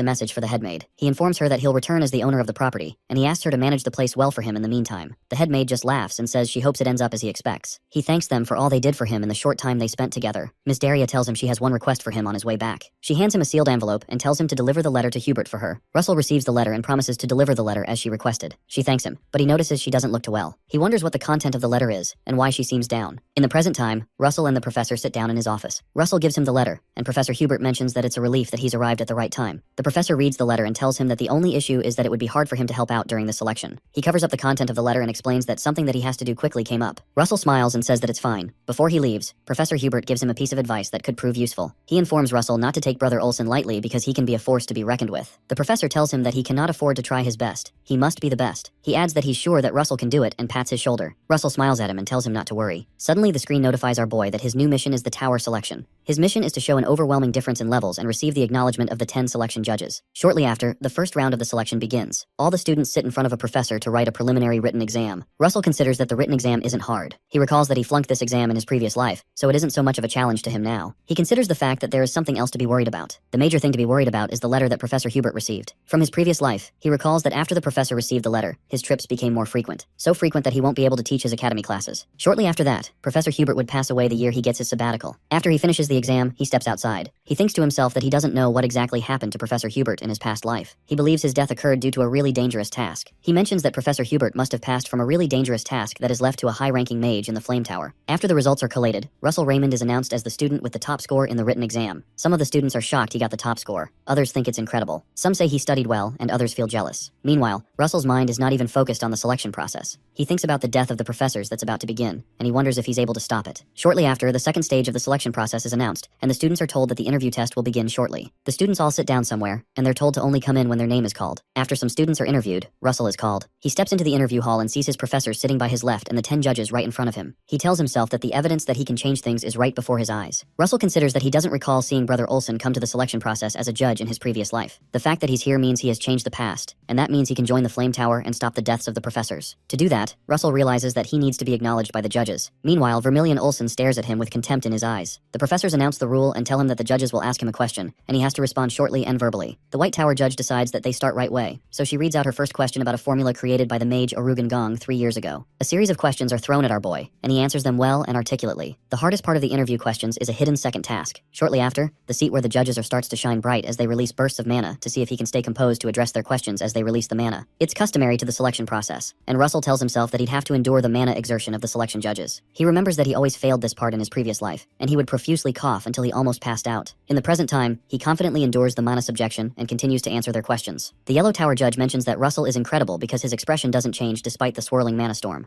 Meanwhile, Vermilion Olson doesn't seem impressed. Brother Olson smirks and mentions that this isn't much of a mana storm. He suddenly amplifies the intensity to know if Russell will be able to bear it when it gets stronger. Russell notices the strange change in the mana intensity, and it becomes harder to withstand its effect. Olson just smirks, and the effect of the mana storm starts to affect the guards who are standing behind the judges. The Yellow Tower judge looks at Olson, and he confirms that he's really a crazy tiger. The Yellow Tower judge tells himself that the candidate could die if this continues. Russell starts to find it a bit harder to cope, but he doesn't budge. He continues to look right at the judge as he expects their next question. The Spear Tower judge is shocked to see that Russell is enduring this barrage of mana. He notices that even the newly appointed professors assigned to the examination are having a hard time enduring the intense mana storm. The Spear Tower judge considers that Russell is surely a desirable genius. Suddenly, the system brings up a notification that Russell has managed to get the acknowledgement of 9 judges out of 10. Olson continues the intensity, but he is surprised to see that Russell is enduring it. He decides to increase the intensity a little bit more to know if our boy will be able to survive. Russell starts to get pretty uncomfortable, but he manages to maintain his position. Vermilion Olson doesn't back down and keeps increasing the intensity of the mana storm. Suddenly, the Spear Tower judge places a hand on Olson's shoulder and informs him that they have other interviews to perform, so he needs to stop. Olson hisses at the Spear Tower judge's comment, but he decides to stop. Olson retorts that it's such a shame because it was about to get fun. Meanwhile, Russell stands resolute, but his clasped hands start to shake behind him. Meanwhile, the new professors, who have been sweating profusely, rejoice that they survived the mana storm. One of the judges commends our boy that he did well and informs him that he can leave. They ask the next person to come in, and Russell heads out of the room. Our boy collapses on the waiting chair after the intense exam. He heaves a sigh and says within himself that he thought he was going to pass out. Suddenly, a notice screen pops up. The screen tells him that he has gained the acknowledgement of 9 selection judges out of 10. Russell smiles uncomfortably when he realizes that the system is trying to tell him this isn't enough, and he needs one more to pass the mission. He laughs within himself and says Olson isn't an easy target. After the second test, the judges from the towers walk through the hall, and they talk about Russell Raymond. The Spear Tower judge mentions that Russell is the student that the Fire Tower Master has been keeping an eye on, which means he's off limits for them. The Yellow Tower Master mentions that he's a student that anyone would want on their side, and it's a pity that he's already taken. Vermilion Olson doesn't say a word and just walks in front of them. The White Tower judge cheerfully asks Olson when he's going to start to train Russell as the youngest Flame Tower disciple, but she's met with some rebuttal. Olson angrily turns back and asks her who told her the boy is going to be his junior. The White Tower judge realizes she's stepped on a nerve, so she quickly tries to rephrase what she said. The other judges just watch uncomfortably, and Olson angrily turns away from them. They wonder why he's so uptight. Olson recalls a time when he had taken some newbies that just got enrolled into the Flame Tower into the field to fight. In the flashback, one of the newbies doesn't do a great job at maintaining the barrier while some swordsmen attack them. The enemy strikes their barrier and cracks it. The knights kick down the younger mages and stab them to death. That night, Olson eventually takes out all their enemies, but the younger ones don't survive the ambushment. As he stands amidst the dead bodies, tears roll down his eyes as he mourns their deaths. In the present day, he remembers that if there is one weakling among them that falls, everyone falls. It seems this is why he's so hard on Russell. Shortly after, the third round of the screening test begins, and they all gather outside. The organizers announce to the participants that their next test is something like a treasure hunt of sorts. The man tells them that they'll have to go into the lush Walker Hill forest, and they'd have to find green mana stones. He announces that they will be awarded points based on the number of Man W stones they can find and the order in which they return. Russell reasons that some of the other guys will be desperate enough to try to steal other people's mana stones, so he has to be careful. They're told to line up so they can be released into the forest. While they're forming a line, a notification screen appears before Russell again and tells him that the last part of the mission is winning Olsen's approval. He looks at the screen blankly, and he wonders if senior disciple Olsen will even acknowledge him at all. He considers how he's been treating him since the screening began, and he wonders if Olsen will still approve him if he clears the third round. While he's still thinking, he hears the announcement to start searching. Russell joins the other boys, and they scurry into the woods to find the green stones. As the boys rush into the woods to find the stones, our boy decides that there's one thing he can do to find the stones faster. Moments later, Russell uses some fire magic and begins to summon Pepper. Pepper soon appears in his arms, and Russell tells him it's been a while. He apologizes for keeping him away and explains that he couldn't use magic at school. Pepper seems quite excited to see him and playfully roars like he always does. Russell asks Pepper if he can help him and summons his compartment to bring a red mana stone. He tells Pepper he needs him to help find a stone that looks like this. He moves the stone closer to the spirit, and Pepper sniffs it. Pepper picks up the scent of the mana stone and flies away when he detects a scent nearby. Russell notices Pepper heading in a direction and excitedly mentions that it seems he's found one. For some time, our boy follows the spirit through the woods as they continue their quest to find the stones. Soon after, they reach a spot where there seems to be a red magic circle. Meanwhile, in another part of the kingdom, some people have a discussion inside a magic material store. A man in a cloak who appears to be a flame tower guardian questions the store owner and asks him where the mage he traded with went. The man, who looks quite confused, tells him that he doesn't know, and all he did was to sell him some raw materials for a ritual. The interrogator changes his voice and asks him if he knows the truth about the ritual he speaks of. He asks him if he knows that the mage came to buy those materials for a pagan spell. The man is shocked to hear that his customer had bought materials for a pagan spell. The guardian pushes him roughly to get him to talk. He tells the man that aiding a cult is the same as treason against the kingdom, and the man realizes he's in a lot of trouble. The guardian, who is now very angry, asks one more time if he knows where the mage went. The man stammers and repeats that he doesn't really know where the man went. He goes on to say that all that he heard was that a snarly woman who kills people by burning them had taken a disciple, and this mage they're looking for has gone to check it out. In a flashback, this dangerous mage watches as Miss Dadia speaks to Russell in Maldiva. The mage watches as Russell receives a cape of the Flame Tower Guardians from the Flame Tower Master. The guardian lets go of the man and thinks to himself that the person these people from the cult have a grudge with is no one else but his teacher. He uncovers his face, and it's clear that it's Professor Hubert. The professor rushes outside, and he tells himself that Russell is in danger. Professor Hubert's body is consumed by fire, and he runs from the place using teleportation magic, running to warn the academy about how dangerous the screening test is. Meanwhile, one of the students looks around and curses when he can't find any of the mana stones. He complains that he's unable to use light magic because he doesn't want to attract the attention of other contestants and become their target. As the guys walk further into the woods, he notices a dark, strange figure. The boy stops when he sees the moving figure, and he exclaims. The boy sends a wind arrow at the strange figure, but nothing happens. The attack doesn't seem to do any damage. The boy notices that it looks like a man, so he tells the person that he startled him. The candidate keeps watching the strange figure, and he wonders if he's also a candidate. When he doesn't get a response, he decides to turn around because he thinks he's dead. He wonders whether to check on him, but he decides to ignore the man since it's a competition, and it's every man for himself. As he walks away, he gets an idea. He looks back at the strange figure and reasons that this strange guy might just have a stash of mana stones he can take. When he turns back to check out the man's dead body, he doesn't find him there. When he notices the spot is empty, he wonders where the strange figure went. He notices something moving behind him and quickly glances back, and he's shocked by what he sees. A loud scream ripples through the forest, and it's clear the contestant is down. Meanwhile, Russell keeps following Pepper around to find the mana stones. As they move in, Russell wonders if they've gotten to the middle of the forest. Right in the middle of the field, there's a bag that looks like it's filled with a bunch of green mana stones. Russell comes closer and wonders why the mana stones are in one place when it was supposed to be a treasure hunt. Russell pats Pepper in the head and tells him he did a good job, but he reasons that something seems strange about this place. He notices something else inside the bag and crouches down to see it. It turns out to be a golem's core. Our boy picks up the core and notices that it's broken. As he inspects it, he notices that it looks like it was broken before a golem was even summoned. As he investigates, Pepper seriously growls at something behind him, so he turns behind to see what it is. Suddenly, a series of spikes emerge from the earth and try to impale Russell. The spikes keep coming out of earth and keep advancing to where our boy is crouched. Russell notices the spike and wonders what the heck is going on. The spikes from the earth start rapidly moving forward and extend higher, so Russell quickly activates his wizard body aura and jumps out of the way. As he jumps out of the way, he sees a different attack with light magic, and Russell wonders how his attacker is quickly able to switch magic like that. Balls of light float in the sky and shoot dangerous beams to the ground. The balls keep shooting beams at our boy, but he manages to dodge each attack because he's quick on his feet when he uses his magic aura. As the attack continues, Russell figures out that he's not being attacked by one person. Suddenly, some magic spears are fired at him while he's not looking, but luckily Pepper spots them. Pepper quickly releases some fire out of his mouth and burns the spears before it reaches Russell. Russell looks behind and realizes Pepper had deflected the attack, so he commends him for doing a good job. Our boy quickly summons his firebolt. He shoots bolts of fire through the light balls and breaks them. The explosion from the impact is quite great, and it causes smoke to break out in the surroundings. Russell tries to peer through the smoke, and he wonders why he's being attacked. Even though the attacks have suddenly stopped and there's a moment of silence, Russell still maintains his firebolt. When the smoke clears, Russell sees the three mages he's been fighting against hiding in the bushes. When he looks closely, he recognizes them as the honor students that have been selected by the towers. Beside another bush, the White Tower honor student, who's been using light magic, hides there. Russell also notices the Spear Tower honor student, and he asks them why they're using cowardly tactics like this. The Yellow Tower honor student tells him to shut him and asks him how a bastard like him was able to discover the mana stone first. The guy reasons that he's sure that they're the only ones who knew about the mana stone's location. When he looks closer at Russell, He notices Pepper behind him, so he realizes he has a spirit with him. The Spear Tower Honor student also notices the spirit, and she proclaims that she understands how he found the Mana Stone so quickly. The White Tower Honor student also notices and wonders how Russell had managed to hide this level of skill that allows him to contract with a spirit from them. Russell just laughs at their words and asks them what's so great about finding the Mana Stone so quickly. He adds that they make it seem as if he shouldn't have found it. Russell finally tells them that something comes to his mind as he thinks of this scenario. He informs them that he knows that they made a secret deal with some of the professors to get them to put all the Mana Stones in one place where only they would know. The Yellow Honor student doesn't say anything, but he only thinks to himself that Russell is a quick thinker. Our boy says that he doesn't have the intention of getting involved in their secret deal, but he tells them to get out of his way. The Yellow Tower Honor student gets angry at his words, so he activates his aura and rushes towards him. As the guy rushes towards him, Russell suddenly disappears and appears behind him. He smiles and whispers into his ears that they'll regret it if they don't let him go ahead, shocking the guy. The Spear Tower Honor student also notices it and is shocked. The White Tower Honor student opens his mouth wide as he realizes that Russell just used the blink teleportation magic. While they're still at it, Pepper begins to growl at something that seems to be hidden inside the woods. Russell notices this and asks him what's wrong. He quickly realizes that they're not alone, so he looks into the woods to investigate what's wrong. Russell notices that the trees are moving. He turns toward the Yellow Tower student and asks him if the professors who are helping them told them that they would also destroy the golem core that he found in the bag. The Yellow Tower Honor student tells him that they didn't. The other students walk forward, and they mention that they also thought it was strange that a broken golem core was in the bag. Russell suddenly unhands the other guy when he realizes there's some trouble brewing. He quickly summons a firebolt when he hears some noise coming from the forest. He focuses away from them and looks at the forest and says that something is coming. The birds in the forest also begin to fly away in response to whatever is disturbing the peace. Inside the woods, some ferocious and dark-looking monsters with green eyes rush towards the boys. When Russell spots them, he exclaims, and mentions that they're the undead. The Spear Tower Honor students ask how the undead got into the testing area, and the rest of them look scared. The Yellow Tower Honor student suddenly freezes due to fear, and he tells himself that he needs to run away. As he turns to the side to make a run for it, he finds out that there is nowhere to go. He stops in his tracks, and a look of despair develops across his face. The undead form a large circle around them, and there's nowhere to run. Suddenly, Russell creates a large firewall around them while Pepper goes to fight off some of the beasts. The Yellow Tower Honor student sees the firewall and realizes that Russell is using fourth circle magic, which none of them have attained. Russell looks at them and tells each of them to pick a direction to face and fight the monsters that manage to break through the walls. The students just stare at him speechless, crippled by fear. Our boy shouts at them and tells them to answer him because they're running out of time. They all stammer and give an answer, as they realize that they're the ones who were ambushed when they thought they were the ones setting an ambush for him. The Yellow Tower Honor student says to himself that it's hard to think that they were picking a fight with someone like him. If they had gone ahead, something really bad would have happened. While he thinks, an undead manages to break through the wall in his direction. As the undead cross the wall, they're met with fire arrows that pierce into them due to Russell's quick reaction. Russell tells them that the firewall is only a temporary measure, and they need to find the sorcerer who summoned the undead beasts. Meanwhile, inside the woods, two sorcerers who are controlling the beasts chat with one another. One tells the other that the child from the flame tower is here, referring to Russell, and the other one laughs and says he wonders how long Russell will last. In the middle of the forest, some of the undead keep breaking through the firewall. One hefty-looking zombie guy breaks in again. He ends up with a hole in his head as he's hit with a bolt of fire. Russell stands in front of the headless zombie, and he thinks about how these undead monsters must have surfaced. He thinks about the heretics who seek forbidden magic. He recalls that in the past, the Flame Tower Master had brutally killed the members of this heretic cult. He wonders if these new ones are remnants of the old heretic movement that survived the destruction. Our boy wonders what the heretics are now planning to do by coming here. As he's thinking, three undeads who have managed to break through the fire come towards him. He releases another firebolt and creates wide holes in their heads. Russell realizes that going deep into his thoughts will affect him, so he decides to focus on the fight in front of him. He analyzes that the magic that they're using is a type of curse. Russell recalls that one of the characteristics of such curses is that it uses low levels of mana, so the longer the fight drags on, the more they'll be at a disadvantage because they're expending a lot of mana to fight this swarm of undead soldiers. He quickly turns back at the other guy and tells them to use their mana efficiently. He explains that they can do this by decreasing their firepower and aiming for the vital points of the undead army. The Yellow Tower Honor student hears him and says that's easy to say but harder to do. The White Tower Honor student agrees and says that the selection judges will be here soon anyways, so they only need to hold out until they arrive. The Spear Tower Honor student overhears him and tells him that the selection judges won't come, and the Yellow Tower Honor student asks her what she's talking about. Russell agrees with the White Tower Honor student and says he's right. He adds that there's no way that the selection judges won't notice this. They're sent from the capital's prestigious magic towers, and they definitely would have noticed this wicked form of energy around them. The Spear Tower Honor student doesn't agree and says that their enemies are probably using a trap to erase all signs of mana. Russell remembers the circle he saw just moments before discovering this site, and it seems that the girl's theory is right. The Yellow Tower Honor student starts to get worried that they'll have to face this many people on their own. The Spear Tower Honor student realizes the best thing they can do is to follow Russell's advice, so she tells them to reduce the size of their attacks and make the edges sharper, and she does the same to her ice spears. She reshapes the spears and fires 3 of them at the heads of 3 zombies, and the attacks knock them down easily. Meanwhile, the White Tower Honor student starts to streamline his beam of lights to minimize the amount of mana he's using. One of the sorcerers notices that the students are saving their mana, so he informs his fellow that they're quick-witted. The other sorcerer, who appears to be his senior, tells him that it doesn't matter because he's about to give them a problem that will cause them not to be able to save their mana. Right behind them, there's a large undead troll monster with a huge metal axe. In the middle of the firewall, the students notice something different coming through the fire. This time, the large monster easily walks through the fire, bearing his metal axe and armor. It looks like it's about to go down. The monster looks at them with green eyes and growls angrily. The students all stop fighting, shocked to see a troll in their midst. The Spear Tower Honor student quickly creates a trail of ice in front of the troll to make it slip and lose its footing, while the White Tower Honor student tries to attack it. The White Tower Honor student releases some light balls and attempts to fire deadly beams at it. The student fires the troll with several beams with a magic called Crystal Laser. After the attack ends, the troll doesn't look affected at all, and there's not a single wound on the beast. All their attacks did was to make it angrier. The troll raises its sword and proceeds to pummel the White Tower Honor student to the ground. The student just stands in front of him, crippled with fear and unsure of where to run. The boy just stands there, scared to his bones. Suddenly, Russell summons his signature move and brings out the Blaze Lance. Before anyone can say Jack Robinson, Russell leaps to weeds the monster with his lance in hand and cuts through its chest with maximum release of power. The lance cuts through the troll's chest and burns through its body. Russell lands back on the ground and watches to see how much damage was done. Meanwhile, inside the woods, the core that the sorcerer was using to control the troll suddenly breaks, and that shocks him. The junior laments to this senior that Russell managed to take down a whole troll in one blow, but his senior just angrily fumes. Inside the firewall, the Spear Tower Honor students notice that the magic that Russell just used is distinct. She scans the sword and realizes that the power from it rivals the destructive power of 5th level circle magic. She keeps staring at Russell, and she wonders if he's a student in the same academy as she is. Russell doesn't notice her staring at him, but something in the sky suddenly catches his eye. He looks into the sky and notices Pepper flying around a particular region. In the camp of the enemy, the sorcerers notice Pepper hovering over them, and they're unsure of what to do. Russell smirks when he picks up the signal, and he excitedly mentions that he's been able to find out where they're hiding. Russell activates his wizard body to give him more strength to do what he's about to do. He bends backward with the blazing lance and proceeds to throw. His eyes whiten and fill up with rage as he gathers all his strength to make the throw. Russell throws the lance with all of his might and a little more, so he tells them that it's his turn to attack them. A blast of fire emerges from where the boy is and heads right into the woods to where the sorcerers are staying. The two sorcerers see the advancing bolt coming towards them, and the junior tells his supervisor that they need to dodge because their location has been exposed. The blazing lance keeps tearing through the sky, and it heads for the two sorcerers. The senior sorcerer decides not to dodge the attack and says that they need to block it. To block it, they control several of the undead to stand in the way of the blazing lance and take on the impact. The undead rush right towards the lance as if it's their long-lost cousin. The zombies collide with the lance with a strong impact, and an explosion ensues. The senior sorcerer becomes shocked by what happens next. It seems that his idea of using the undead as a body shield doesn't work so well, because the lance rips through them and continues to head towards them. The man quickly starts to create a shield to repel the lance backwards. Soon after, a great explosion occurs in the forest, and the students see it from where they're standing. Russell looks at the spot and wonders if he was able to get them. The undead army that was attacking them seems to have stopped after he sent an attack to those who were controlling them. From the spot where the explosion occurs, the senior sorcerer curses that Daria seems to have raised a monster. The sorcerer holds up the junior sorcerer, whom he had used as a body shield from the attack. He mentions that they were saving a secret weapon to fight the selection judges. The senior sorcerers smirks and say that it seems that they'd have to use it on Russell first. In the middle of the forest, Russell sees something shocking. Some undead skeletons advance toward them while holding some students from their academy hostage. About a dozen undead skeletons come out with a student from their academy each, and they're unable to fight back without injuring their colleagues. In the academy, some of the crooked professors try to stop Professor Hubert from entering the examination center and respectfully protest that only selection judges are allowed in there. Hubert doesn't listen to them and charges inside to speak to his superior, senior brother Olsen. Olsen sees him and asks him if the mission he went on is over. Professor Hubert quickly informs him that the cult followers are also on the move. Professor Hubert tells him that the cult members are after Russell and that the candidates at the examination grounds are also in danger. This provokes Olsen, who asks how the cult members got the effrontery to cause trouble where he's present. Meanwhile, in the woods, the sorcerer informs the students not to move as much as a finger if they don't want trouble. He controls the undead to make the captives kneel, and they point their swords at them. The sorcerer tells them that he'll kill all the captives and turn them into his soldiers if they make any funny moves. Russell remains silent, and he notices that the sorcerer had gagged all the captives to prevent them from casting spells. He considers teleporting towards the guy using his blink method and piercing through him with his blaze lance. The issue with that is that the guy can quickly control the undead to kill the captives before he dies, and that not be a good plan. He'll not only kill the captives, he'll kill them all. The sorcerer tells them not to try to resist and says they should step forward. The sorcerer specifically requests that Russell steps forward, referring to him as the kid from the flame tower. Russell confirms his suspicions that they came here to get him. He clenches his fist and creates an aura, but he decides it's not a good idea to fight back. Our boy slowly walks forward, as was instructed to avoid any bloodshed. The sorcerer tells him that he thinks it's impressive that he'd give up his life to rescue his friends. Russell scoffs and says these guys are barely his friends. He says they're people who prey on the weak to their own advantage. The Yellow Tower Honor student overhears him and realizes they're fried. He also adds that they're those who will get closer to the strong to their own advantage. The Spear Tower Honor student overhears him, and she doesn't feel too good about herself. Russell continues by saying that all he ever got from the other students was scorn, loathing, and envy. He says that they're all just people that are jealous of others. The sorcerer looks at him in silence, processing what he had just said. Russell breaks the silence and tells him he probably cannot understand. He says he's doing this because it's the mission of a guardian to protect people. His words shock the rest of the guys, who had expected him to express hatred and enmity. The sorcerer doesn't understand his logic, and asks how he can still be thinking about missions and justice in a world where the strong preys over the weak. The sorcerer says that words like that are too big to be coming from weak people. Russell smiles at his remark and retorts that it's funny he's saying that because he's been hiding at the back all day, and hasn't had the courage to kill his enemies by himself. His words sting the sorcerer, who tries to calm himself. The sorcerer decides to respond and says he'll oblige him since he wants him so much. Suddenly, one of the undead skeletons comes behind Russell and ties up his arm. The sorcerer controls the undead to gag Russell's mouth so he can't cast spells, and tells him he'll kill him with his own hands since he wants that so much. The sorcerer calls him the Flame Tower Kid, as an evil aura surrounds him entirely. After our boy boy is subdued, the man grabs an odd-looking green sword and jokes that it's a shame that he won't be able to hear his screams as he kills him, but he realizes that he doesn't have a choice. The man walks closer to him and brings the knife closer to stab him. Russell recalls that there's a type of magic that does not need you to chant spells to use them. This type of magic is one that you can cast from within your mind. He remembers the time when he had just contracted with the spirit, and the system appeared to inform him that he would be gaining an extra reward for attaining great enlightenment by summoning spirits. He remembers wondering what the additional reward was. In the flashback, the system delivers a strange ring to him. Back in the present, he thinks about how artifact magic is the type of magic that allows you to use magic without actually casting spells. The ring is called a cloudy ring, and it has the shapes of a ring, but it transforms into a thundercloud when needed. Suddenly, a strong thundercloud develops over the place where they are. The sorcerer doesn't notice it and continues to pour out threats about what he's about to do. The man tells him that his death will be the first of many in their revenge plan. Suddenly, the sorcerer hears a lightning strike behind him, and he wonders what's going on. As he looks up, he notices a strange thundercloud in the sky. Meanwhile, Russell, who is still tied down by the undead, starts to release streaks of lightning from his body. When the time is right, our boy summons the thundercloud in his mind, and he tells it to crush them all. The magnitude of the lightning strike is so large that even the honor students have to cover their faces to avoid getting blinded by the enormous light released. The lightning strike continues to hit on the spot, and everyone that seems to be in its way becomes barbecue. The sorcerer passes out and drops the core he was using to control the undead on the ground, and it breaks. The man just stands there and seems to be experiencing some rigor mortis as the electric charges run through his body. Finally, he falls to the ground, and the other undead soldiers follow suit, but Russell is the only one standing. Russell, who is still pretty electrified, tries to loosen the rope that was used to tie him from behind. Suddenly, someone appears behind him and helps him out. It turns out to be the Spear Tower honor student who tells him that she can't believe that he thought of artifact magic in a situation like this. She whispers within herself that this guy is really something. After she frees him, Russell smiles at her comment and thanks her for helping him out. The Spear Tower honor student scratches her head and tells him that they're the ones that are supposed to be thanking him. She quickly turns around and says that they have to call the judges here quickly. She informs Russell that it looks like everyone needs treatment. Meanwhile, the Yellow Tower honor student removes the rope from another student's hands and tells him not to forget to notify the judges what he did for him. Russell assures the Spears Tower honor student that the judges are going to arrive soon, so she asks him how they'd know about what's going on here. Russell just smirks and informs her that his friend will guide them here. Nearby, Pepper finds the trap that the sorcerers had used to block the mana and burns it with his breath. Through the entire forest, Pepper manages to create a trail of fire to direct anyone who's willing to find the students. Russell explains the plan to the Spear Tower honor student, who is astounded by his brilliance, and she wonders how many steps ahead he was thinking. As she walks away, Russell notices his ring is still releasing lightning. He looks at the cloudy ring on his fingers and realizes that it uses much more mana than is expected. As the Spear Tower honor student walks past the unconscious bodies, the body of the sorcerer starts to move. With his face half burnt, he starts to chant to a spirit, and he tells it that his devotion is to it. As he dies, he proclaims that he devotes his life, his lifespan, and even this death. Russell and the Spear Tower honor student hear him talk, so they quickly turn around to investigate the issue. The sorcerer invokes a terrible spell that combines his body with all the bodies of the undead army to summon something called a giant skeleton. Soon after, a huge undead skeleton emerges, and it looks like he's here to get revenge. Russell winces from its bright aura and realizes that the monster is something that far exceeds the fifth circle. The Spear Tower honor student urges the others to quickly run into the forest, because the new enemy is quite formidable. The Yellow Tower honor student is the first to run away. Before he leaves, he spots the bag with the green mana stones and considers taking it. The Spear honor student notices Russell isn't running and questions why he's staying to fight. Russell explains that the large monster is targeting him. He says he's the only one who can buy time until the judges arrive. Meanwhile, Olsen and Professor Hubert rush to the training field. The girl reasons that Russell should be out of mana by now and wonders what he plans to do. The monster quickly raises its claws and smashes the spot where Russell is standing. Russell teleports from the spot because the attack can't be blocked with a shield. He prepares his blaze lance and concludes that even one strike can be quite dangerous. He decides to quickly attack with the blaze lance. The lance cuts a deep gash in the monster, but it looks far from dead. Russell observes that the attack injured the monster, but realizes it's going to be harder than he thought. He notices the flesh beginning to regrow and hisses, wondering if it also has the ability to regenerate. While he's thinking, the monster strikes at him with its tail, but misses. The monster quickly launches another attack right in front of his face. He manages to dodge that one, but the monster responds before he can regain his footing. He realizes he's in trouble and exclaims. Out of nowhere, some ice strikes the tail and deflects the attack, surprising Russell, who is about to be impaled. Nearby, the Spear Tower honor student loudly reminds Russell that he saved her life, so she can't just leave him behind. The monster is shocked by the intruder and looks toward her. Meanwhile, the other students scurry away to safety. She reminds him of what he said, that this is the mission of a guardian. Meanwhile, the White Tower honor student and some others turn back when they hear the monster roaring. The Yellow Tower student questions why they're going back and calls them crazy. He insists it's not his problem if something happens to them. Meanwhile, the junior sorcerer wakes up, revealing he didn't die after all. He notices the monster and wonders if it could be a sacrifice spell his senior cast. He laughs at Russell and sneers that it serves him right. Meanwhile, the other students return to join Russell in the fight. The White Tower honor student apologizes for being late, but Russell is surprised they came back. He looks at them in confusion. Eventually, he smiles, glad to have the support. He summons his blaze lance and eagerly tells them he won't stop them since they want to fight together. However, he instructs them to follow his lead if they want to survive and win this fight. Meanwhile, the Spear Tower honor student continues battling the monster. Russell announces to the others that he'll create a crack with his blaze lance, so they need to put their all into it. He launches his lance one more time and aims right for the monster's face. When the lance almost reaches its target, he signals the others to fire their attacks. The combined assault results in a great explosion. Half of the monster's face is blown off, but it's still standing. Russell tells them to go one more time, but his hands are now shaking. He immediately attempts to summon another blaze lance. Meanwhile, the professors find the route that Pepper created. Russell declares that everyone has joined him because it's the mission of a guardian. guardian, so they have to push further. He tells himself he needs to protect them, so he generates another blaze lance and sets it to full output. His eyes become reptilian, signaling that he's in his dragon mode. He fires the lance at the monster at full power as the other students launch their attacks. The great fire from the lance flies through the air and strikes the monster's face again. Shortly after, Vermilion closes in on the huge monster. He's shocked to see the students fighting a massive skeleton. He wonders what these weaklings are trying to accomplish together, and remarks that they should have just run away. Vermilion Olsen believes that being fragile is a weakness. To him, if one person falls, everyone else falls along with them. Meanwhile, he observes Russell generating his blaze lance at full output and directing it at the monster. As he waits to see what will happen, he notices the lance tearing through the monster. At that moment, Vermilion realizes that if one of these weak ones rises up, all of them rise up. He watches as their combined effort triggers a large explosion that takes the monster's head clean off. Suddenly, the head of the senior sorcerer is exposed, making it clear that he's the one controlling it. He cries out that it's not over yet, and the monster begins to heal again. Vermilion quickly takes charge and launches himself at the monster. He uses a magic spell called Overheat, channeling a great deal of energy into his hand. The sorcerer is stunned as he spots Vermilion charging toward him. Vermilion calls him a wicked being and commands him to disappear. The attack is so intense that it almost blinds the students. The monster is completely vaporized by the attack. Russell smiles at Vermilion and remarks that he should have come faster if he was going to intervene. He suddenly collapses from mana exhaustion. Professor Hubert catches him and commends his good work. Vermilion smiles at him and seems impressed. The screen shows that he's gained the approval of the last judge and has been awarded an intermediate stone. Sometime later, Russell wakes up somewhere else. He gets up and finds Professor Hubert by his side. He immediately inquires if the other candidates are safe. The professor assures him that they are, thanks to him. Russell says that's a relief, and the professor agrees, adding that they might all be dead if it weren't for him. Russell chuckles and says he had some help. The professor promptly asks if he's curious about the test result. Russell suddenly remembers they had a test and urges him to reveal it. The professor explains that the judges had many concerns, especially because of the attack caused by the heretics. Due to the attack, the third test became irrelevant, as teamwork proved more important than competition. Meanwhile, the Yellow Tower student ran back with all the mana stones and didn't stay to fight. The professor reveals that, with this in mind, the judges reached a conclusion. They decided that in this selection test, the person who deserved the highest score was Russell. Russell is shocked to hear the news that he got the highest score. He thanks the professor, glad that he can finally graduate from the academy. The professor informs him that an investigation has begun into the heretics to uncover the mastermind behind the attack. He assures Russell that they'll soon get to the root of it. Russell informs Professor Hubert that there was one more heretic on the field. The professor is surprised to hear this because they had only found one. Apparently, the injured sorcerer escaped amidst the chaos. As he escapes, he swears to make Russell pay for this humiliation. Vermilion, who has been standing nearby, comments that it seems they lost the other sorcerer. Senior Vermilion steps in and asks to speak with Russell for a while. Professor Hubert protests, saying Russell needs rest. Russell notices the tension and reassures him that it's okay. Later, Vermilion and Russell head outside. Vermilion remarks that Russell must have felt dragged down while fighting the heretics. He says this because he assumes Russell had to fight alongside weak people. He explains that he still believes being fragile is a weakness, and that perspective hasn't changed. Russell agrees but asserts that the weak exist, so the strong can grow stronger and protect them. Because of this, the weak will always strive to improve, inspired by the strong who protect them. Thus, no one is left behind, and everyone takes a step forward. Vermilion listens silently. He suddenly smiles and remarks that it wasn't a bad response. He tosses a white sack to Russell and urges him to open it. Russell is shocked and wonders what's inside. He unwraps it to find a cloth he immediately recognizes as a Flame Tower robe. Vermilion smirks and warns him not to get ahead of himself just yet. He explains that if Russell wants to join the Flame Tower, there's still one more test. Russell is confused since the selection test has ended. The senior explains that it's an ancient tradition of sorts they put them through before they can join. Vermilion suddenly creates a circle around himself. He declares that the test is for Russell to force him out of the circle, using any magic he wants. He states that if Russell can't move him, there will be a fitting price. Russell replies, warning him not to regret giving him the opportunity to attack, and retrieves a mana stone from his compartment before consuming it. He smirks and reiterates that he can use any magic. Russell smiles as he formulates his plan. Shortly after, Professor Hubert notices something that shocks him. Senior Vermilion tries to brace himself as he is hit by one of Russell's lightning bolts, and one of his legs crosses the circle. He smiles as he recalls that he's covered by armor that is no less than a fifth circle. But, oddly, he is still moved back by this boy's attack. Professor Hubert rushes to the spot and asks senior brother Olsen what he's doing. He complains that he would corner the young boy when he's yet to recover. Vermilion doesn't budge and tells him that this is their Flame Tower long-standing tradition. Hubert retorts that his behavior is something that he'd expect from a new disciple. Vermilion gets angry and asks him what he means by that, and says the tradition is to instill discipline in Russell before he joins them. Hubert angrily rebuffs that he thinks the Academy's pillars are going to fall if he installs more discipline in the boy. Hubert apologizes to Russell in senior Vermilion's stead, but Russell laughs and says it's okay. Vermilion ignores Hubert's comment and tells Russell that he's the only person who has passed this test since he started doing them. It seems that Russell used a specially crafted magic that he invented using the power of his magic ring as well as the blaze lance at once. Not only that, much to Vermilion's surprise, he summoned a spirit to add to the attack. Vermilion tells him that he was honestly surprised, and Hubert is shocked to hear that Russell summoned a spirit. Russell summons Pepper and introduces him to them. The two men look at the spirit, and they think it's cute. Sometime later, at the Academy's graduation, Russell reads his valedictorian speech. He wishes the other students well as they continue the journey of life. Everyone claps for him after he ends his speech. Sometime later, Professor Hubert commends his speech, and Russell thanks him. Professor Hubert reminds him that he's not a student anymore, so he tells him to call him senior brother now. Russell affirms that and calls him senior brother. Brother Hubert smiles and asks him if he has a place to stay in the capital. Russell informs him that he's thinking of getting a small room on the outskirts of the capital. capital. Hubert tells him not to do that, but to stay at his place since he can't go home until his contract with the academy ends. Russell excitedly asks if that's okay, and the professor says it is. Brother Hubert says he bought the house from the master, and it's funny that he hasn't used it. Sometime later, Russell moves into the house. The system congratulates him on his graduation, and gives him an unknown reward and a high-grade mana stone for the first time. Russell checks out the unknown reward and finds the map from the last time. The system notifies him to find the place marked on the map and solve the connecting mission. Russell smiles because he recognizes the place. It's a forbidden island that humans are not allowed to step on called Kulil Island. It's because it is swarmed with magic beasts, and it's a very dangerous place where you have to be at least a 6th circle. Our boy reasons that he's very curious as to what this opportunity requires of him. He recalls that the power of the King's Horn was put into him. He wonders if all of this is just to make him stronger, or if there's a greater mission that he needs to get stronger for. He sits down to rest and realizes he doesn't know just yet. Regardless, he concludes that he has to get stronger, because there's a lot to protect anyway. Sometime later, on a coach, Vermilion asks Russell if this is his first time going to the capital. Russell tells him it's not because he's been there before. Vermilion recalls that he's from the Raymond family, so he should have known. Russell suddenly tells senior brother Vermilion that he has something to ask him. He asks him about the duty that Professor Hubert was tasked with, and asks if it's something that's related to the heretics. Vermilion just stares at him and listens. Our boy says that if that's not the case, there's no way that the professor could have returned when they were attacked. Vermilion smiles and comments that he's quick-witted. He affirms his suspicions, and says that Hubert's mission is to track the Society of the Heretics. He says that he's not sure whether it's right to call their cult a society. Russell excitedly confesses that he would like to help with that mission as well. Vermilion is shocked by his statement and asks him if he's serious. He watches the boy closely, and he notices that it doesn't look like he's bluffing. He grins and tells Russell he's a man, so it's okay that he dreams big. He promises to inform the master about his interest, and Russell thanks him. Vermilion says he'll only do it if he can learn the magic he'll teach him before they arrive at the capital. Russell laughs when he realizes brother Vermilion really likes to place bets. He says that the magic is called overheat. He grins and says it's a magic that kills with one hit. Vermilion triggers the magic and says it's a one-hit kill spell done by focusing one's mana in one spot, although it's temporary. He says you could think of it like pulling back on your mana and shooting it like a slingshot. He smirks and asks Russell if he can do it. Later, the two of them get down from the coach to see if Russell can use overheat. Russell slows down and tries to focus all his mana in one palm. Later, he tries it by shooting an attack at a rock. After the smoke clears, the rock reveals a huge hole, and it looks like it's a successful test. Vermilion smiles and says to himself that this was beyond his expectations. He's surprised that Russell used overheat with his own origin magic, which is fire. He wonders if he's seen anyone as talented at this before. Russell's hand suddenly begins to shake. Vermilion informs him that overheat uses momentary focus, so he has to be careful because he won't be able to immediately attack after using it. Russell notes that and says that it's a risk using it against a strong opponent. Vermilion smiles and informs him that's not always the case. He tells him that the best defense is the greatest offense. When they reach the capital, Vermilion reminds him about what he said about not knowing when a stronger person will appear. He says that, however, the strong are bound to underestimate the weak, and they always have a moment when they let down their guard. Meanwhile, a man named Alan tries to help an older man come down from a high place. Russell sees the man and recognizes him. Vermilion continues his explanation and tells him that if he's in such a situation, the trick up his sleeve will decide who wins the fight. Later, Russell meets with Master Daria. He thanks her for her help, which has helped him rise to this position. She just smiles and congratulates him for joining the Flame Tower. She tells him that his arrival overlaps with the visit of the Spear Tower Master, Hemingway Melville, who had arrived with a young Spear Tower mage, Alan Page. Melville speaks and says he was wondering why Daria chose today of all days to meet him. He says that he now realizes that it was to brag about a disciple she got in her later years, and Daria tells him that he's right. She says that Russell is a hero who took down a heretic at a young age. Russell looks at Alan Page again, and he recalls that in his past life, he obtained the title of the youngest 6th circle in a few years. He recognizes him as a strange genius, and he recalls he was the mage that saved his life. Melville jokes with Daria and says it's normal for him to brag. He says that if she looks at it objectively, Alan's skills are better. Vermilion becomes tired of them going at it again. Daria asks Melville if he has forgotten that their newest disciple is younger, and Melville says he knows. The two oldies jab each other in a back-and-forth quibble. Alan suddenly places his hand on Melville's shoulder and says their master isn't usually like this, but he shows his childish side when he meets Daria. Master Melville exclaims and calls Alan a rascal for spouting such nonsense, but Alan jokes that he must miss his youth. Alan reminds him that they have to visit the royal palace, and Master Melville agrees. Alan approaches Russell and apologizes for his master's behavior on their first meeting. Russell laughs and says that it's fine. Our boy says that, however, he was disappointed because he'd like to show him his magic. Vermilion is shocked by Russell's words and reasons that the boy must be full of himself. Melville laughs and says that Russell is quite daring. He says he wonders where that confidence comes from and fills the room with his aura. Russell is shocked to see the aura of the Spear Tower Master and says it feels like he's in an ocean. Master Melville laughs at Russell's comment and says he didn't know anything could surprise him at his old age. As he gets up to take his leave, he asks Daria to bet with him, and this surprises her. He tells her that in 5 years, if her disciple catches up to his completely, he'll give her one of his mythical relics. Daria looks satisfied and exclaims. Russell hears him and recalls that mythical relics are artifacts from the Age of Myths. They're relics that existed in the forgotten Age of Myths. According to what he's heard, even the weakest relics hold mana bordering the 7th circle. Daria says he should change it to 3 years, and Melville is shocked. She proposes that if her disciple doesn't catch up to his in 3 years, then she'll give up her own mythical relic. Master Melville laughs and reminds her she can't take it back now. She just smiles and informs him to prepare his artifact ahead of time. Melville finally leaves and notifies Alan to follow him. Alan bows respectfully and informs the Flame Master that they'll be taking their leave as Melville continues laughing. When they step out, Alan asks his master if it's okay for him to put a mythical relic on the line for a bet. Melville informs him that it is not, which shocks Alan. The master turns back toward him and tells him to do his best to give it his all. Alan cringes and says he feels like the older one in this relationship. Meanwhile, Vermilion tells Russell that he doesn't seem to be able to stay still on his first day. He asks him if Alan is his friend, so Russell apologizes. Our boy wonders if he really did something wrong. Later, Miss Daria speaks with Russell and informs him that Olsen told her that he'd like to help with tracking down the cult members. He confirms that he would like to. Master Daria mentions that he spoke just in time because she just received reports from their spies. She informs him that they discovered traces of the cult member who attacked the academy. He was seen somewhere in Sudra, a neutral city, and he's trying to run away all alone. Russell recalls that Sudra is a so-called paradise for criminals, which must be the reason he chose this place to run to. Master Daria mentions that tracking the offender down will be easier for him since he's confronted him before. She says the only issue is that the offender will probably be prepared to defend himself again. She asks him if he's still going to take the risk. Russell surprises her by saying that he will fulfill his duty as a guardian of the kingdom. The master seems pleased by his reply and informs him he'll depart the next morning. She tells him that she'll prepare a teleportation portal for him and reminds him not to forget his supplies. Our boy is glad she gave him permission, and he figures that he's taken the first step to stop Professor Hubert's death. The next morning, Russell travels to Sudra in a coach. Inside, he's surprised that they gave him 2 highest grade potions, which he's never been able to use because they're pretty expensive. Russell guesses that the master is worried since he's their youngest disciple, even though she allowed this mission. While he's traveling, he sees a building that catches his eye, so he decides to stop by for a bit. It's the Louvre Museum, where his time travel began. He rushes to the room where he saw the dragon heart. He says to himself that all this time he's been wondering why such a miracle happened to him. His conclusion is that it was for him to grow more and protect even more people. Suddenly, a screen pops up with a mission to get the heart of the dragon folk with an unknown reward. Another notification shows him another mission called Dragonication, where he draws on the power of a dragon at his will, with rewards of 3 intermediate stones. Russell realizes that securing the heart of the dragon folk means he has to make a great contribution to warrant the granting of a commodity belonging to the royal family, which is pretty difficult, but not impossible. He checks the other mission and wonders what on earth Dragonication is. The system decides to explain it to him when it realizes he doesn't understand it. To explain it, the system triggers a strange burst of mana, and Russell's eyes become like those of a dragon. Russell recalls that he's felt this sensation before when he experienced a boost of magic at moments of crisis. He notices his reptilian eyes in the mirror and wonders if he's the one in the mirror. Later that day, he reasons that this power must have manifested during the fire trial, and it must be the reason he was able to survive it. He wishes he was able to control the sensation at will. He also considers the fact that he might be able to increase its potency by adding the overheat technique to Dragonication. If he manages to do that, it may be an extreme death blow that could come close to being a 6th circle. The only issue is that he doesn't know how to master it, since the power only manifests on its own when in danger. Pepper overhears him complain that he doesn't have time to train because of the mission, and realizes it won't even be possible to summon Dragonication with the usual training. Pepper gets an idea and tries to drag him away. He keeps sulking, and he tells himself no matter how much he focuses, he can't feel the same sense of crisis at will. Pepper notices he doesn't budge and gets angry. Suddenly, Russell notices a stream of fire over his face. He quickly gets up and notices Pepper growling in dragon language. Russell laughs and asks him if he can help him out. Pepper smiles and growls affirmatively. Later, Russell sits attentively as Pepper sits on his head. He tries to cross over into the mana world, just like Lady Ilo taught him. He soon appears there in his mind and remembers he was here with Ilo. The flow of time here is different compared to the normal world, and it might be the perfect place for magic training. The only issue is that he doesn't have a sparring partner. Suddenly, he looks back when something startles him. A huge, massive dragon appears, and it's clear that it is Pepper. Russell is shocked to see his true form, but Pepper just playfully nudges him. He thanks Pepper for helping him, but he says he's not comfortable fighting him. Russell notices that Pepper brought some other spirit beings for him to fight against, and he laughs that he was worried for nothing. One of the spirit beings looks like a man, and Russell smiles when he sees him. He cracks his knuckles and tells Pepper to do him a favor. Meanwhile, in a pub in Sudra, some of the spies report to their captain that pagans have left the city and ask if they should chase them. The captain orders them to get all hands on deck to pursue. The captain asks a man named Jackson to report to Miss Daria that the situation has changed. Jackson affirms his orders and tells them all to be careful. The captain smiles and says that he doesn't have to worry. He informs him that he heard a divinity trained by Daria herself is coming to help. He adds that he can't let whoever it is come to take away his chance to play. Immediately after, he orders the men to follow him as they go out on the mission. 3 days later, at a hideout in Sudra, Jackon realizes that they need the Flame Tower divinity to get here quickly. He sends a report through a crystal orb and notifies them that the Flame Tower scouts are missing. Later that day, some guys notice something odd on the street. They're surprised to see a kid like Russell in a hardcore place like Sudra. Sudra is a neutral city where criminals usually come to escape the law. Russell realizes that it would have taken him a while to reach Sudra if it hadn't been for the teleportation gate in the royal city. Regardless, it still took him a week to get here with the gate. But thanks to the image training in the spirit realm, he was able to train well, and it was as if it took him months to get here. He remembers his fights in the spirit realm and how he was able to learn Dragonication. After he does, the system notifies him that he has manifested the power of a dragon at will, and his dragon horns will manifest as per his current level. He's also told that during Dragonification, his use of the flame attributes will increase greatly. Regardless, he realizes that there are still too many problems that need to be solved. He remembers fighting with the gruesome spirits in the realm, and how his Dragonification stopped after a few seconds, allowing the monster to strike him to the ground. The first problem is that the power lasts just for 15 seconds. The second problem is the recoil of using it. Just like when using overheat, you become pretty defenseless immediately after using it. Meanwhile, while walking, Russell sees a big stick swing in front of him. A man stops him and asks if he's lost his way. The man smiles and tells Russell that he can show him the way if he wants, but our boy doesn't reply since it's clear the guy is trying to rob him. Russell grabs the stick from his hand and tells him it's such a coincidence that he ran into him, and all the men who surround him are confused. After being beaten to a pulp, the guy cheerfully takes Russell to a place called the Wyvern Tavern, like he has promised. The two beaten men bow in respect and say that they hope he had a comfortable trip. Russell laughs within himself that these guys are worthless idiots, so he tells them to leave. When Russell steps in, he spots Jackson, who's working as a bartender. When he sits, Jackson asks him what he would like, and our boy says he'd like a cocktail of a red drake mixed with a 12-year-old Briggs. One guy nearby laughs and calls Russell a lunatic because he's going to have a cocktail of drinks with over 70% alcohol. Russell realizes that he could die if he drinks something like that. But the order he made is a secret code of the Flame Tower. Jackson catches on and says within himself that he can't believe such a young boy is a divinity of the Flame Tower. As he serves him a drink, he wonders if he's not too young. Suddenly, Russell is surrounded by a magic shield. Jackson tells him that it's soundproofing magic and the customers cannot hear their conversation. He introduces himself to Russell and informs him that he's a mage of the Red Tower dispatched here. He says he works undercover as the manager here at the Yellow Wyvern. Russell also introduces himself and suggests that they go somewhere else. When they step outside, Russell asks him about the scouts that went missing 3 days ago. Jackson affirms that this is true, and the last they heard of them was that the scouts were headed towards the desert ruins, tailing the sorcerer that attacked the boys. Russell asks if they fell into a trap, but Jackson says they aren't the type of men to act in a rush and fall for some trap. Russell asks him if he has the map for the path to the desert ruins, and Jackson wonders what he needs one for. Our boy says he needs to rescue them, but Jackson tells him that place isn't one where he can go alone. He says that the ruins where the scouts went missing are close to the Empire's borders and are quite dangerous. Russell reasons that Jackson doesn't seem to trust his capabilities, but Jackson suggests that he waits for extra reinforcement. Suddenly, Russell activates his mana aura, and this shocks the man. Jackson recalls that he heard he reached 4th circle recently, but the energy he's giving off is at least 5th level magic. The worst part is how easily he's controlling it. Jackson coughs from the impact of the mana aura, and confesses that it seems he was a bit hasty. He says he'll tell him the way to the ruins. Russell smiles when he realizes his approach worked. Meanwhile, somewhere else in Sudra, the sorcerer reports to some people higher up in the heretic sect, and tells them that they left behind traces as per their order. The 2 concealed sorcerers commend his good work, and say they can already smell the blood of those who would come to investigate. The next morning, Russell heads to the desert ruins. As he guzzles a bottle of water, he wishes he had known about the heat earlier so he could improve his ice magic. He pours some of the water on his head because the place is pretty hot. Eventually, he arrives at a building in the middle of the desert ruins where the men were last seen. Our boy notices that there are a lot of entrances into the building. He reasons that if his mission was only to find the cultists, he would have just nuked the ruins and forced them out. But since they might have the scouts captured in there, it's not an option, and he'd have to go inside. Russell reasons that they probably have traps inside the building. He decides to go in through a different route if that's the case. In a bid to enter through the most unexpected way to surprise them, he leaps onto the top of the building. He drops in through the roof and cushions his landing with some wind magic. After he lands, he's glad to notice there aren't booby traps coming for him. When he looks in front of him, he sees a large drawing of a man fighting alongside a dragon. The man that's standing next to the dragon seems to be a black-haired warrior. He looks to the end of the drawing to see the opponent, but realizes that part of the image has been torn out. While he's looking, he hears someone say it's a surprise to see him. He turns around and spots the sorcerer from before. The sorcerer comments that he can't believe it's the guy from the academy that's chasing him. With him, there is an army of enemies on both sides. The sorcerer says he's glad he walked in here on his own, so he won't have to go through the trouble of finding him again. The army is made of undead soldiers as usual. The man says that he'd grant Russell death as a show of his gratitude. Russell laughs and asks him if he hasn't been running a bit too far for a guy who talks so big. The sorcerer becomes angry and his eyes burn bright. He orders that he dies, and the undead army launches forward at Russell. The sorcerer considers that these are the corpses of elite soldiers who died on the battlefield. This means they'll be much stronger than the ones Russell fought before. He grins and tells himself that this will be the boy's grave. Russell suddenly responds, and he creates a firewall around him like the last time. The sorcerer is shocked and asks if he's using the same magic again. Russell just laughs and says it's not the same one, but it's going to be different this time. Our boy recalls that draconification isn't the only thing he practiced during his time in the spirit realm. He relies on his training and starts to expand the magic firewall. After that, he decides to add a vector formula to make it mobile, and it becomes a fire wave. The undead army remains around, unable to cross the firewall. Suddenly, the wall burns fiercer and grows. The fire reaches outside and envelopes the undead monsters. The fire burns them up and even covers up the entire room. The sorcerer watches in shock as the fire wave burns up his army, and he feels it shouldn't have been so easy. After the fire settles, Russell walks towards him and says that he can see him. The sorcerer is shocked that Russell can see him because he was using an invisibility cloak. He's shocked that Russell was able to use detection magic amidst those flames. He curses when he realizes he's in trouble, and it's too late to run away. Russell runs towards him with a maniac grin on his face and announces that it's too late to run away. The impact of the attack is so strong that a massive explosion rips through the entire ruin. The man doesn't die. He collapses and starts to cough profusely. Blood starts to come out of his mouth, and he wonders if this is all he can do to put up a fight. Russell walks towards him and tells him to surrender now and save them both the trouble. The man says that he can't do that, and Russell wonders what he's talking about. The man staggers to his feet and says that his soul doesn't belong to him, and as if that wasn't enough, he sold his family too. The man screams out that he's given out everything that belongs to him. Suddenly, 2 people appear over the ruin and jump down through the hole while Russell isn't looking. The female, named Beth, uses a magic called Demonic Claw, and the man uses one called Nightmare Tail. They seem to be the people the sorcerer was reporting to. Russell quickly turns back and notices the monsters heading for him. They both land an attack on the spot where they're standing, and some dust and smoke cover the entire area. The smoke clears, and Beth laughs at the sorcerer, telling him he's looking good. The man says he understands that he's just the bait, but he finds it pathetic that such a young kid would rough him up this much. Beth scorns him by saying the look of a drying rat looks perfect on him. The already weak sorcerer informs them that Russell is the guy they're looking for. He tells them that he's the target, the disciple of the Flame Tower Master. The 2 cultists are shocked to hear that and become angry when they hear Daria's name. Meanwhile, Russell protects himself from the impact using a shield. He opens the shield and tells the attackers that filthy people like them better keep his master's name out of their mouths. Suddenly, another screen pops up and gives him a mission to capture at least one of the 3 cultists, or kill them all. The cultists turn towards him, and the male one tells him he would have been much better off with a quick death. Beth agrees, as she laughs like a maniac. She calls Daria a B-word and says there's no way her disciple would die so easily. The woman announces that she'll kill him, make a marionette out of his body, and then make it dance in front of the flame tower. The male cultist orders the sorcerer, whom he calls Xavier, to quickly block the entrance, and he brings out his nightmare tales. Beth covers up the entrance with the bones of the dead soldiers. She activates her demonic claws and says this is getting fun. Russell notices these guys are using a full frontal attack and not calling on the dead while hiding in the shadows like the other sorcerers. He figures that they're nothing like the other opponents he's faced till now.